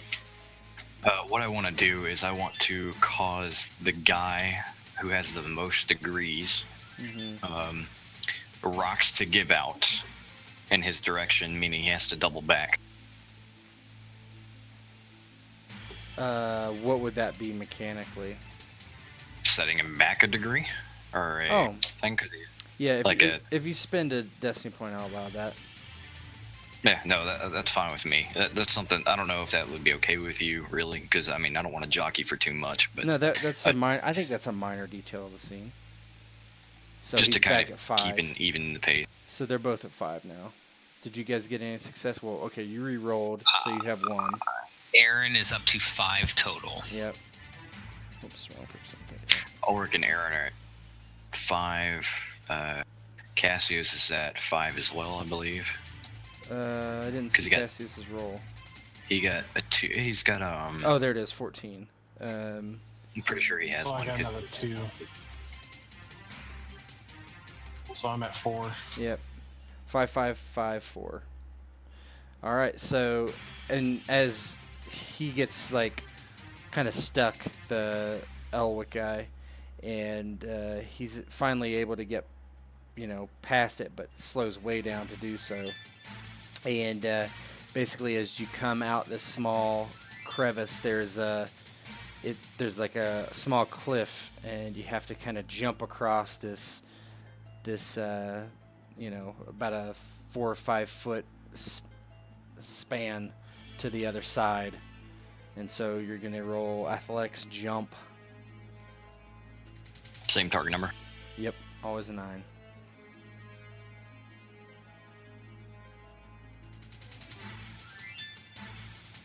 Two more degrees for Aaron. 2 degrees for Ulrich. 7, 6. Thomas isn't doing so great. We just got to get to 10 first. Ulrich and Aaron are at 7, and then our 2 foes are at 6. One is at 7. One is at Cass 2 more. Nope, yep. And then Thomas, what did you do this time? I got 1 degree, so I'm at 5. Okay. All right. And so Cassius is just behind me, and yeah, you guys are on each other's Lord. heels, and Thomas is a little behind. So Cass got 2 this time. He's right there with you. yeah, that's what I'm saying. thematically, what Thomas did is probably just like rein the horses in so they don't go fucking running away. Yeah, it makes sense. So now there's a straightaway with a big curve, so Cassius can't quite shoot them at this point, but it's athletics run again. Can I spend my next destiny point? Yeah, you sure can. I want there to be... so I want to add a minor detail, but can I get some more exposition from you so I can decide what it is? Yeah, sure. So there's on the other side of the cliff, there's it's basically into a valley, and you see in the distance like this huge incline as the mountains start to rise up, and there's these small footpaths probably used by the herders to herd goats through this area, and they break off in various directions up the mountain. So, you can tell me what I can get away with here, but Yeah. I want to give, instead of taking away degrees from them, I want to give myself a degree, just myself. You can give yourself a bonus die on your roll. A bonus die isn't kept, though. That's a problem. Yeah, you can't just get a free degree, I don't think. Well, the only reason I was arguing for that is because we took one away from them. I don't think you can, but adding an easier path, maybe, decreasing the target number. So what I was going to say is, like, the way Ulrich's going up here, right, there was past the verge, and maybe there was a part where there's a cliff that overlooks, like, the main part of the little slope, and Ulrich just jumps off that and, is right behind them. Because he took the right path, quote-unquote. Okay, you can activate an environment quality, so I'll say that's what that does. Well, I don't like I said, Ted. I don't want to spend DP or make you do something you don't want to do, right? No, I don't really care that much. That's not a big deal to me. I'll give you extra I mean, you're spending your DP, so that's fine. Could I say it's an environmental quality that decreases the target number from 6 to 9, making it not a challenging, but a 9 to 6, yeah. You can do that. Okay.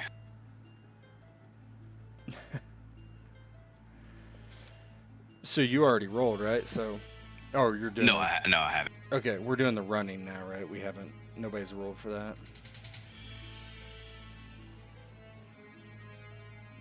So 18 versus a 9. That's 2.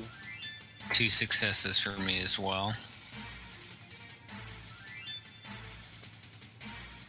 2 degrees for me. It's a 9. That's 16 for me. And I am out of DP. Alright, so their turn. Let's see. Was that just What did they get one or last two time? success? They're at 7 and 6. We'll catch him. That's only 1. 8 and That's only 1. this 8 and is 7. where we catch. Yeah, you're gonna catch him this turn, and I mean, Aaron yells, "I'm coming to spear you, little piggies." Aaron, as you say that, like you hear like a whoosh over you, and Ulrich just lands just hedgely in front of you, and plants his feet and run. It looks like he jumped from above you on a different path. you're doing an athletics climb this time. You go over another hill where you have to kind of go hand over hand briefly. Oh, yeah. Scramble. If only it was agility. Oh, that would get me to 10. Yeah. Shit. So okay, so Thomas doesn't catch up. So 9. That's 3 degrees. So you'll be Yeah, at that- 12. Yep. I'm at 10 exactly. Oryx at 10. So let's see what they end up with. They have to get 4 degrees to even. Yeah, I don't see it happening. 16. That's 2. That's not gonna do it. Yep. Okay. Technically, I should be at 6 degrees of success, not 5. But yeah. It doesn't matter really. So here's how it happens. So essentially, Cassio's caught up too, right? Yes. So for the first round, Cassius, you can be wherever you want to be. Actually, go Probably ahead. just behind. Yeah, I you don't guys wanna can. get that close. You guys can put your guys wherever you want. Do we want to start a bit back? Yeah. So, how are you doing for reach? Because Boar Spear has a reach of 3. So show me what 3 is. Are we literally going by squares? Yeah, because if you That's look what at reach is. if you look at movement, right? Based on movement is a yard, right? You move a yard for one. One is a yard, and your reach is also a yard. So yeah, it looks kind of strange because just the scale of the map, but that's really what it is. Yeah, you're that far away. Cassie, this Start would be a here. good bit back. If I start here and I charge to there, because 3 spaces away, so I basically have to move 1 space Yes, to charge it's to get not it. counting your square. It I counts it. just wanted to make sure that starting here, I charge 1 square and I can hit him. Yep. Okay. All right. By the way, in the advanced reach rules, you get attacks of opportunity. Yes, you do. If you move more than 1 yard. Mm-hmm. Yeah. Out. What kind of weapons do these guys have? So one guy has a sword and shield. One guy has a long axe. I'm assuming Axer has a long axe. You would be right. Very original name. Which one All right. has the wound? Elwick. All right, so let's go ahead and we're gonna roll initiative here. Thomas, you need to start further back at the edge of the map because you technically, so you're like right here.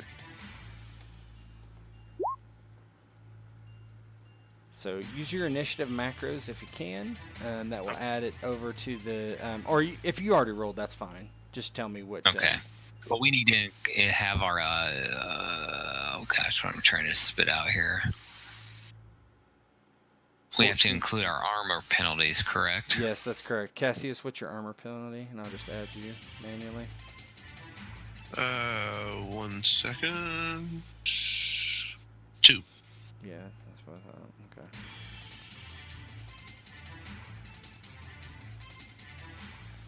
And if when you input the armor penalty, don't put a negative. Yeah, that's what you did. Just put in. I just fucked. Yeah. Okay, let me try. Yeah, that again. It doesn't do double negatives correctly. So. I don't think that did that correctly. Why not? Oh no, it did. All right, cool. I have to roll their initiative manually. Oh crap! I didn't even do that right because I have quickness, but oh well. You get to re-roll it, or roll another dice. Just roll a d6. No, that doesn't look right. Anyway, you don't have. No, that can't. Holy be right. fucking! That can't be right. What the fuck, Thomas? That means you would have 4 quickness. 4B. Quickness of 4, which I don't think. No, I have an agility of. Oops, sorry. I have agility of 4, quickness 1. Okay, so now roll another die. Just roll 1d6. Minus your armor penalty. Yeah. But the armor penalty was applied to that number. No, you just re-rolled. I'm using your last roll. Whatever you did with the macro was wrong. Well, I entered it the way how it told me to, but it's literally the same number. Well, okay, so 15 minus 2, so 13. All right, so what's your agility? 4? Is that correct? Yes, it's there. There you go. Perfect. So basically you're going to have a 19. What's your armor? My armor is minus 2. That was already applied. It would have been 19. So he has a 17. Well, no, I rolled a 15. Your armor is not minus applied the in that 2. roll. No, it isn't. I said 15 minus 2 plus 6 would make it. That's 19. not how that works. No. So basically you're going to keep a 5, a 3, a 5, and a 6. Okay? And you won't keep the 2. Right? So that's 19 and then minus 2. So you're at 17. You're still first, but yeah. All right. That's how that Doesn't works. mean anything. You're well behind us. Well, yeah, you have to move up there. I won't You get can't there in do that. time. Well, yeah, I mean, there's It's a moot point. I ways won't get too. there in You can time. sprint, you can charge, you can do all kinds of things. Hold on. He can delay until someone tries to kill his dad and then charge him instead. Cough. Let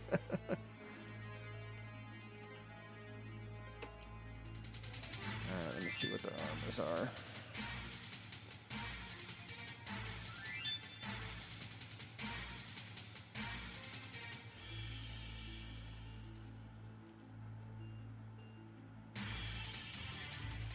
I'm looking for the maneuver rule. What do you want to know about it? I want to know what I need to do to charge someone, and say if I wanted to end up on this side of them, right? And basically put him down here and end up right there at the end of my charge. Maneuver him this way. You charge as a greater action. Yeah, so you can't do a maneuver at the same time. I mean, just move in lesser. And then, yeah, absolutely, lesser maneuver. And basically, roll a fighting test against your opponent's passive fighting. On a success, your opponent takes minus 1d on all tests for the round. As well, he can move 1 yard per degree in any direction. So if you beat whatever his passive fighting is, 16, whatever. If you get higher than 20 on your fighting test, you can move him 2 yards in any direction. I like that. That's what I'm going to do on my turn, actually, just so they don't have the chance to run away.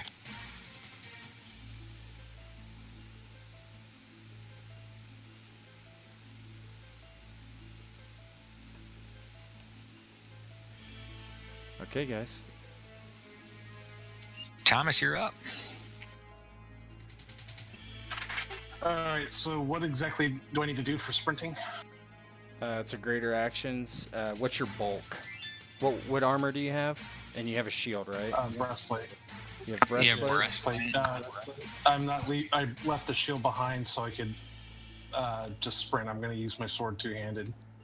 Breastplate has a bulk of 3, so let's see if so he's you can only trying move this. 3. So your base move is 3. You can move up to 12, right? Mm-hmm. But the thing is he's also several degrees behind us. Yeah, Well, but, his if he sprints, he can't act this turn, so that's fine, right? his sprint would allow him to move 9 spaces because it's his base of move of 3. That means that he's basically in range, and that doesn't make any sense because he didn't meet the degrees, right? Yeah, he's in range, but he can't attack. He can attack next I'm turn. not even going to move the full speed anyways. I'm just going to say, let's see, let me count the squares. Keep in mind, sprinting makes it easier to hit you with melee attacks. I'm well aware. Thank you. 5 squares. I'm going to move right here. Okay. Alright, so that's your turn. Cassius. Alright, Cass is gonna, if he can put a shaft in old Axer here. Okay, so do you want to aim as well, I'm assuming? Yeah, might as well. So you get an extra bonus die. Okay.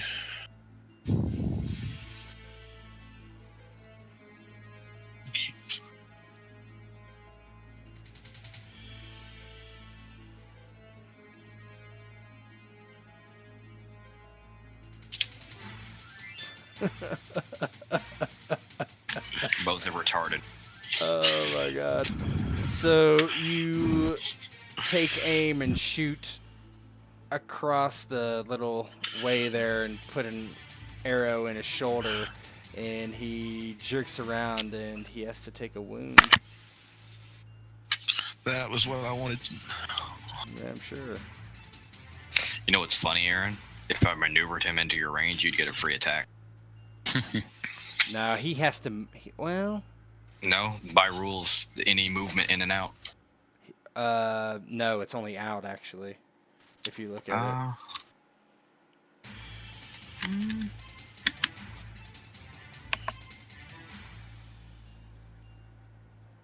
Oh, you need the polearm thing to do in. All right, Ser Aron. Well, this will be an awkward charge, but he is going to charge Elwick. Okay. Yeah, because Thomas put himself in the way. You can move. Northeast to do it. It's fine. Yeah, I just didn't know if you wanted to do diagonal, because like I have a movement of 9 when charging, so 1, 2, 3, 4, 5, 6, 7. That would be 7 squares, and that would put me at a reach of 3 to charge Elwick. It's a very awkward charge, but I mean, do you have to move your full? No, I only moved 7 out of my 9. I was just. This is a spot that I'm happy with, keeping the person with the great axe farther away from me. Okay, that's fine. You can do that. All right, let's see if I can get this dice roll. Let me read what Pius does. You get 1d once per day, I think. It is, but I was just making sure it's not converting a test die. It's just a base D. I think it is, yeah. So I think what you're looking at is 6d6 keep 4. Me, it's 7d6 keep 4, because I'm using a boar spear. It has training though. Of 1b, so it's a fighting of 4, Mm-hmm. plus spears of 2b after the 1b specialization, so Yep. that's 6. Expertise in spears brings it up to 7. Oh, yeah. Keep 4 because I'm charging. Yep. And then plus 1 because I kept the superior boar spear as opposed to the superior war lance. Yep, I was just looking at the character sheet. No. Can't. Yeah. Now, fortunately, thank Jesus. Wow. 15. Goals and fighting. 15. So I can re-roll one of those. Because of the blood of the animal. Because that was fucking awful, yeah. That was a pretty terrible roll. It was just as awful. Oh, no, you get one more. So you get a 15. 15, yep. So you're attacking Elwick. He has a defense of 14. Nice. So one degree of success. What's your damage? Let's see here. It is 9. 9 for 1 degree. Yes. Okay, so he has breastplate, so that knocks him down to 4 damage. 4 damage. So, okay, so all right, so you stab him, and he kind of grunts and looks at you menacingly, and he let me see what weapon he has. Okay, so he charges inside your reach.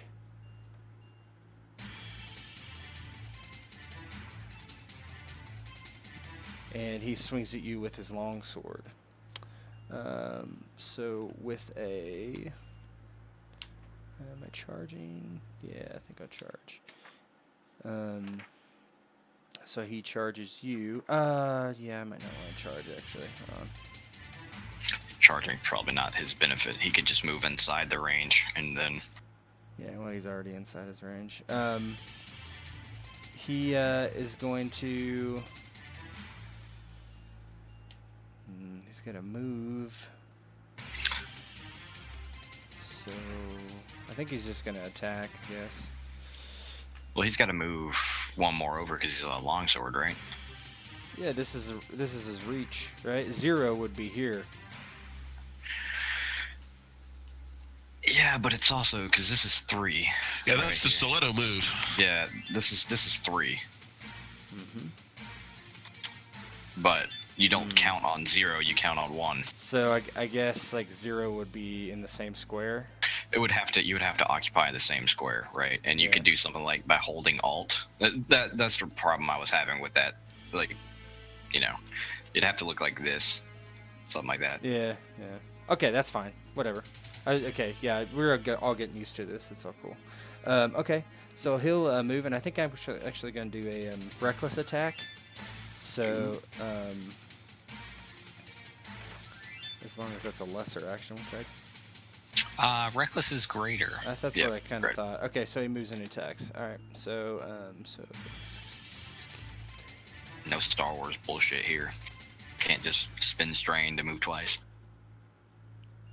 16. I have a combat defense of 7. Okay, Ooh. so that's 2 degrees. Damage is 12. 12, so minus 7. So I take 5 damage. So he basically kind of with his shield, like after being stabbed, kind of pushes your boar spear out of the way and kind of gets inside your reach and just swings down across your arms. So I have 7 of 12 health remaining. Alright, so Axer, who now has a nice arrow in his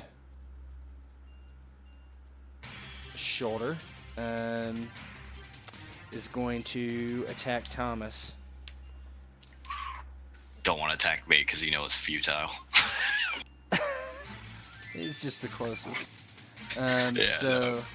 With his long axe, sorry, this is taking a little longer, but No, that's fine. We're doing reach rules now, so. Yeah, so he moves here, and then attacks Thomas with his long axe, and so he has a wound. Let me see, what is this one? So this is 66 keep 3 as well. Did one of them have 2 wounds already? No, there's each one one on has each. yeah. Mm-hmm. Okay. There's one on each. 15 against Thomas. What's your combat defense? 12. 1 degree of success. That's no, you don't have your armor, or you don't have your shield. You said you didn't have your shield. So what is it without your shield? Yeah. 1 second. You'd be very hard pressed to get 12 without a shield, without Blood of the Rhine. It's probably -4. It's probably 8, honestly. Yeah, it's probably 8. It's minus armor penalty, so probably around. Let's see. 1 second. No, just look at your combat defense on your sheet, and then you should have in that little bar below it. It's your modifier, and just take that away. 4. Yeah, it's 4. So you have 8. So he rolled a 15. That's 2 degrees of success, 14 damage. Minus your armor. Breastplate gives you how much? 5? Minus my 5. 9 damage. I guess it's what I can't remember which one's the lesser of the two. Take a wound or take an injury. Take an injury. You have endurance of 3. I take it. Yeah. Yeah, you'd take 1 injury, and then you would take, what did it say, 9 days? So you'd take 6 damage and 1 injury. Yep. So mark an injury for yourself, and you have 3 of 9 left. All right, Oric. So basically, I just don't want to. So Axer, the guy with the big long axe, he's got this arrow in his shoulder, and he just comes out with this massive overhand chop, and Thomas is running forward. Actually, yeah, I think it's actually a degree higher. Yeah, because sprint. Look at the sprint rules really quickly. I have a handout for this. Sprint. Okay, you may sprint. Additionally, you subtract a number of yards.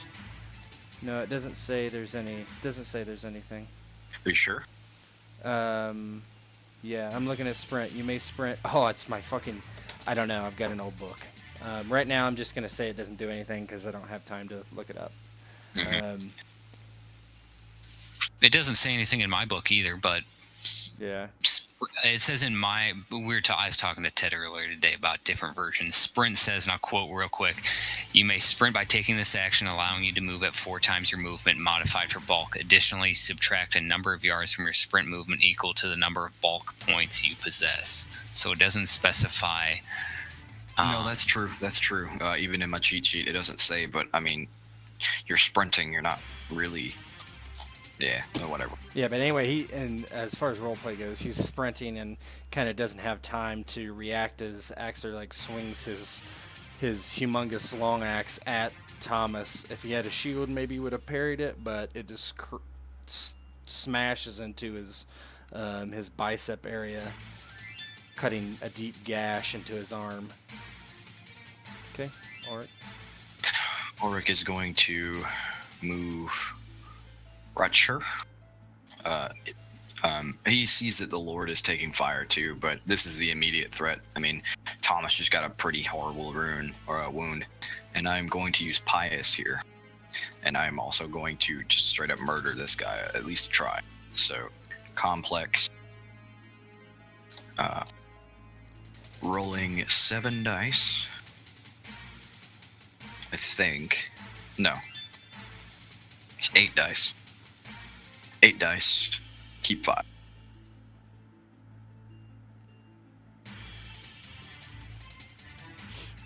And where I'm getting that from is you have expertise, right? No, I don't have expertise. Okay. I have Pious, which is giving me a +1. Okay, yeah. I'm giving to keep, and that automatically increases the dice pool because it doesn't say transfer over from bonus dice. And then 3 dice from testing or bonus dice, and then obviously the 4 from my skill. Yeah, no, that makes sense. What's my target? It is. I think it's 8. Let me make sure. It is 9.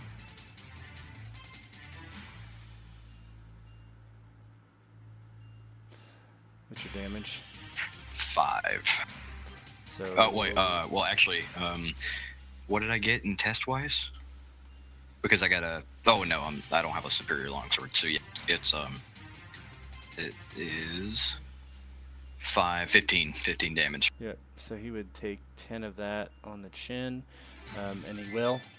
So you slice a great gash across his chest, and he kind of staggers back. Thomas? All right, so I'm using my bastard sword two-handed. What does Just that another damage. convert? That's it. Yep. Just another base damage. Okay. So I'm going to. Was it called like aim attack? I think it is. You It's cannot been a while aim. since I've had You're to do too this. far away for him. You have to move forward one Oh. as a lesser action. You'd have Can I to still lesser aim action when I move. No. You'd have to move and then attack. You could charge. I'll move anyways. I'm not gonna charge. There's no point. Okay. So you would just roll your fighting with your bastard sword. So it should be correct in your sheet for what it looks like. Because you have a bastard sword, you have two long blades dice, right? So you're gonna roll. Right. You're gonna roll 5d6. Keep 4 minus 1.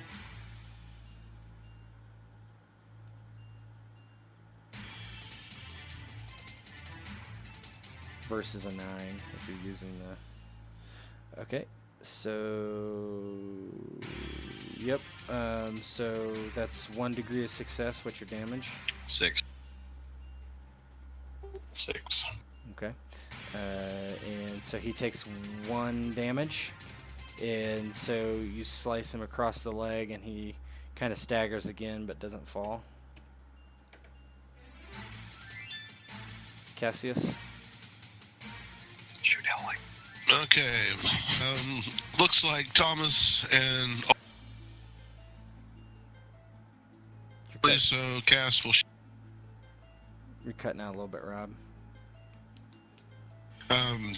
Anyway, Cass will shoot at Elwick. Okay. God almighty. Okay. So, you plug him with another arrow, and when you roll that high and you have that much damage, it makes it real easy for me. Well, glad to help. Yeah, he staggers under getting shot, like kind of gets Boromired, you know, and he kind of staggers after he's laid into Aaron and kind of spins around, wounded clearly.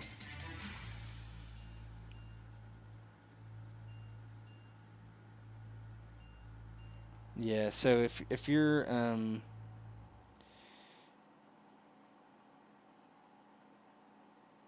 That would be my question on advanced reach. So am I at minus 2d or minus 1d if I take a still swing attack at a it? foe inside or outside of your reach up to 1 yard in either direction by accepting. I don't think you can attack him here. So if He's only 1 away, and you need to be. So You if need to I back move up. here, he gets a free swing at me, Yes. correct? Well, you could just attack with your shield. Just attack I don't with have your a shield. shield. Yeah, he You don't doesn't have a a shield? because he's Boar boar spear is two-handed. Drop your spear and punch him. Drop it. You drop your spear and punch him, and take cautious attack. Seriously, I'm not joking. He's got 2 wounds, right? Yep. So Yep. free attack. The free attack. Free attack me. So Because yeah, there's no so, bonus dice. It's just basically he's keeping 2 dice. I'll take that risk. Anytime a character starts inside an enemy, move up. Actually, if you only move 1, he can't attack you. Oh, it has to be more than 1. Yeah. Wow. So you can move back 1. Okay, I'll be at minus 1d, but lesser action Move. first is move. Mhm. Lesser action 2 is attack. Yep. Let's try and not have a terrible roll this time.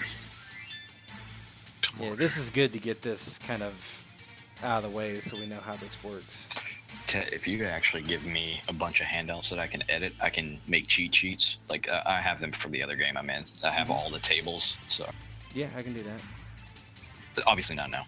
Yeah.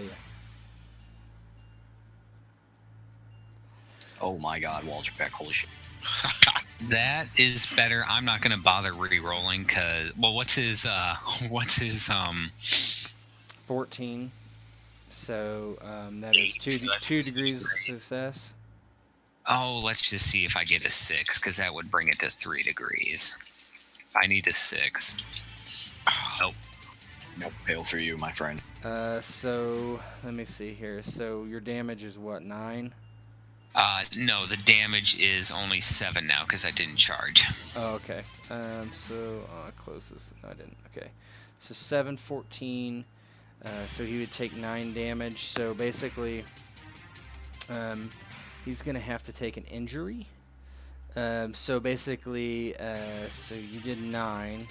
His endurance is 4. So yeah. So you stab at him and stab him in the leg, and he is just a bloody mess. Now, do you want to do impale? Oh, because we forgot to do it last time. I need 3 degrees to you need 3. Okay. impale. Okay. So as much as I would have liked to, that's why I went ahead and tried to get that extra 6 because that would have impaled him, and then I would have laughed. All right. So, shit. He's gonna actually. Hold on. I have an idea here.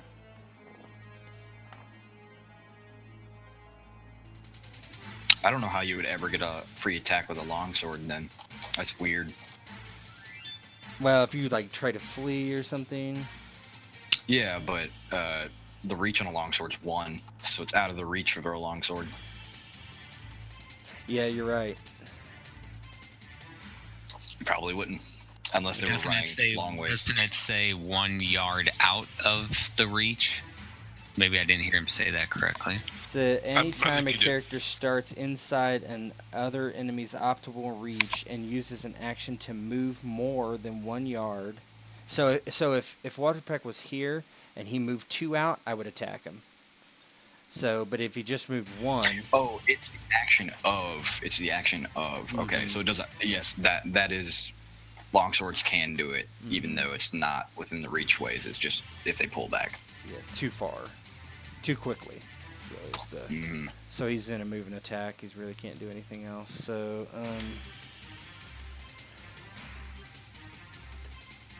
8.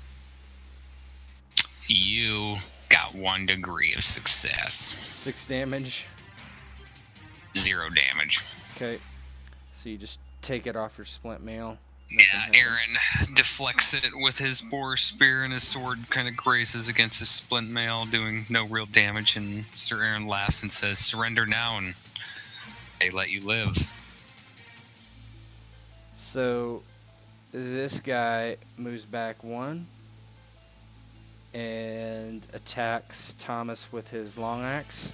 So he'll be at he's at perfect range actually. So he's going to attack Thomas. He has 1 wound. No injuries. No injuries, correct. So let me look at his. So 66, keep 3.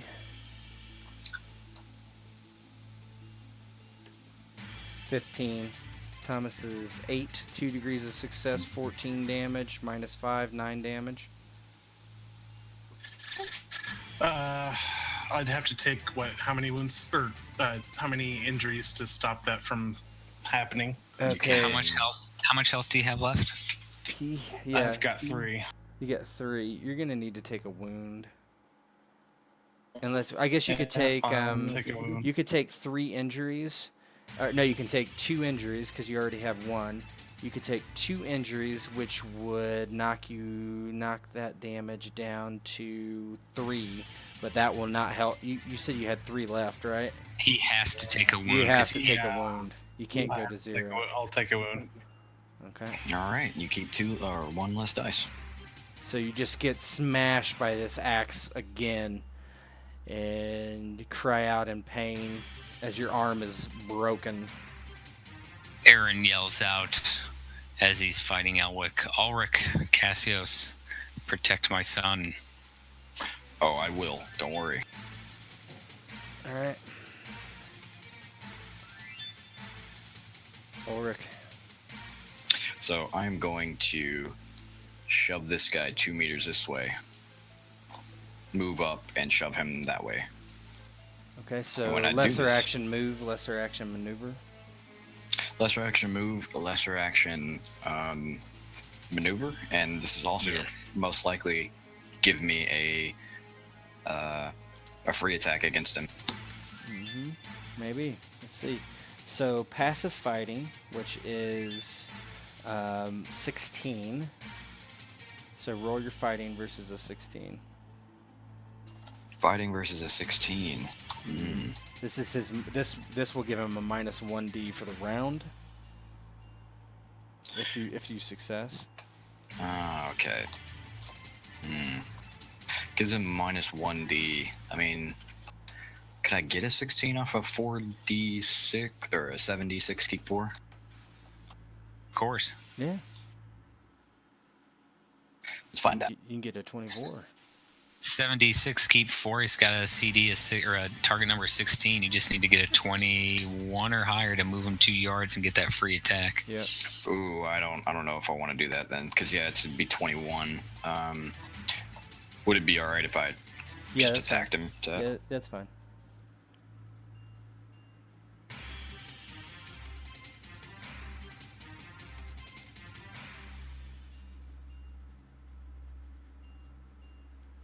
Three degrees.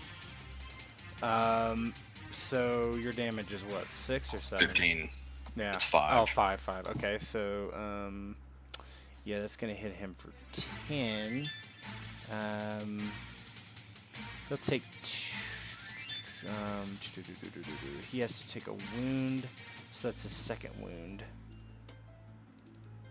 Okay. Thomas.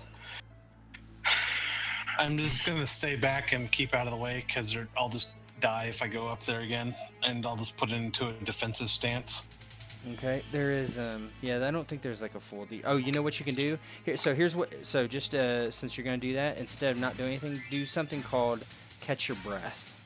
So nobody ever does this, and they should. I do it in my other game, and it's so good. It's retarded. Like, yeah. So catch your breath is let me find it in here since nobody ever uses it. I don't know. You roll your endurance, and for every degree of success, you get 1 health. endurance versus target number 0. Each degree of success restores 1 HP. Yep. So go ahead and roll your endurance. It should be. It's actually probably endurance, like resilience or something. But Yes, it is. It's endurance resilience. yeah. Resilience would make sense. I don't have that. Yeah, that's fine. I was just. That is 2 degrees. So you recover 2 health. So you get 2 health back. Okay. Cassius, who do you want to kill? Well, Aaron instructed us to go after Axe. I was gonna move him, but there wasn't a great enough chance for me. So this shot will be for Laxer. Oh my god, that's probably him dead. Yep, so how do you want to kill him? Or actually, you get to decide. If you kill him, your bow's not vicious, right? No. So, okay, so you get to choose if he's defeated or killed. Keep Maybe him like alive. a buddy system with Cassius and Ulrich, maybe because of like my longsword gash, it like spins him and you like just shoot him with an arrow or something, like Yeah. and he goes down. You describe it, Rob. Yeah, as Ulrich's sword sort of staggers him, he takes another one of Cass's arrows, like right into his hip joint, and just sort of falls over, unable to flee. And he screams out in pain as he drops his axe. Kind of rolls over on his knees and just like is grabbing his leg and just kind of laying there bleeding. And so as he's defeated, Elwic's like hunched over injured, and he's like, I yield, just don't kill me, just don't kill me. Drop your weapons, you're coming with us. And he does so. Ulrich just like goes over and starts trying to bind Thomas's wounds as best as he can.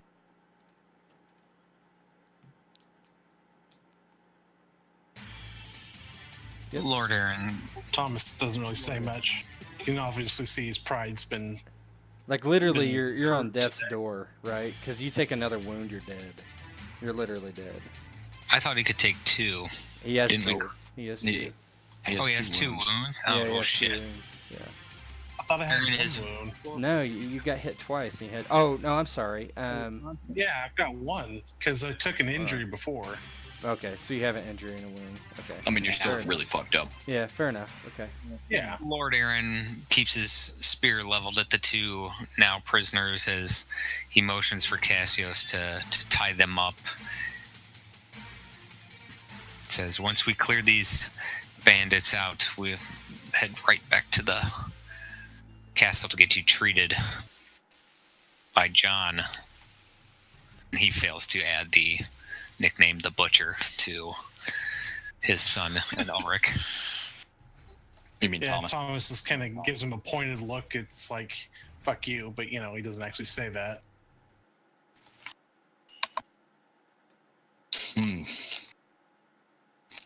Man, if only attacked me, those attacks would have both of them wouldn't have hit me. I should have brought my shield, but I thought thematically it would have made sense for him to run after him with the sword. It would have had to unbuckle it from the horse, and I just took too much time. Well, I mean, it did. I mean, it would have affected your bulk. It would have made you slower. It would have made. So essentially, the rest of the men, is some get away, some are struck down by your cavalry, ridden down with their lances, and after a while, it's going to take some time to assess the damage and see just how many people were killed and what they destroyed and that sort of thing. But currently, you have these 2 captured and under guard. And they're very injured. So you're heading back to the keep. Yes, we'll question them when we're within the safe confines of the keep, and Thomas can have his injury and wound tended to. And I don't know if I doubt there's any other survivors of the bandits. Yes, everybody that either they got away or they got killed. So. Yeah. No real losses on our part because horses are fucking hard to kill, and Yeah, we'll basically go back, question them. Lord Aron's intent is to question them, and then go back and assess or help the people of that area, the herders, and help them out. Yep. So you bring these 2 into your small dungeons, and pretty much have them at your disposal. The first question Lord Aron has is, why are you wearing the colors of House Clegane as an extinct house? And they just kind of look at each other and don't say anything. Aron backhands one of them. I asked you a question, you will answer. So Elwick just kind of like sits there and he's like, what guarantee do we have that you won't kill us after we give you what you're looking for? I give you no guarantees. You have told me nothing of value. And they You attacked my people. What guarantee should I offer you? You're a brigand. The fact that I spared your life is something that should be taken lightly. And the one that was holding the axes comments, and he's like, you're going to pay for this? You should have just let us fucked these people over and taken their stuff. Now, he will come. Who is he? And he just kind of chuckles and he's like, the mountain that rides, of course. You lie. The mountain is dead. Lord Oberon killed him almost 20 years ago. And the man nods and he's like, You're right. And that's all he says. He kind of smiles this toothless smile. Where is your camp located? And he's like, I couldn't even tell you if I wanted to. They move around. They're in the Red Mountains somewhere.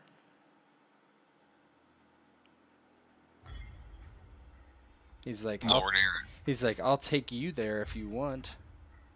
And then you can see him for yourself. Lord Aron kind of looks to Cassios and Ulrich. Cassios, you know the Red Mountains fairly well, don't you? Aye, Ser Aron. I don't think we need these two after all. If they're no use or don't want to provide any information on who they're working for instead of lying and saying it's the mountain or where their general location is, then I see no point in keeping them alive much longer. No, I see a point, my lord. What point is that? Cassius already has a dagger out.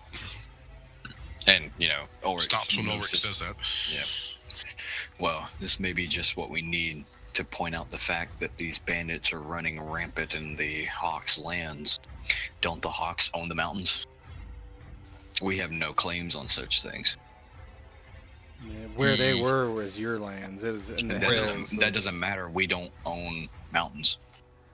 Where they were found at borders between Weil and us, it's not something that we can use against House Redhawk. But that doesn't matter, right? The thing he's alluding to is that this is information that needs to be passed to the Queen anyway. The Queen is going to want to hear this, especially if this is the mountain that rides. Yeah, what you guys can roll like awareness, empathy. And he did say that he could take us there himself. He's obviously holding some information from us. Go ahead. Lord Aron's oblivious. He does not. He thinks that he's lying out of his ass. So does Cassius, from what he knows.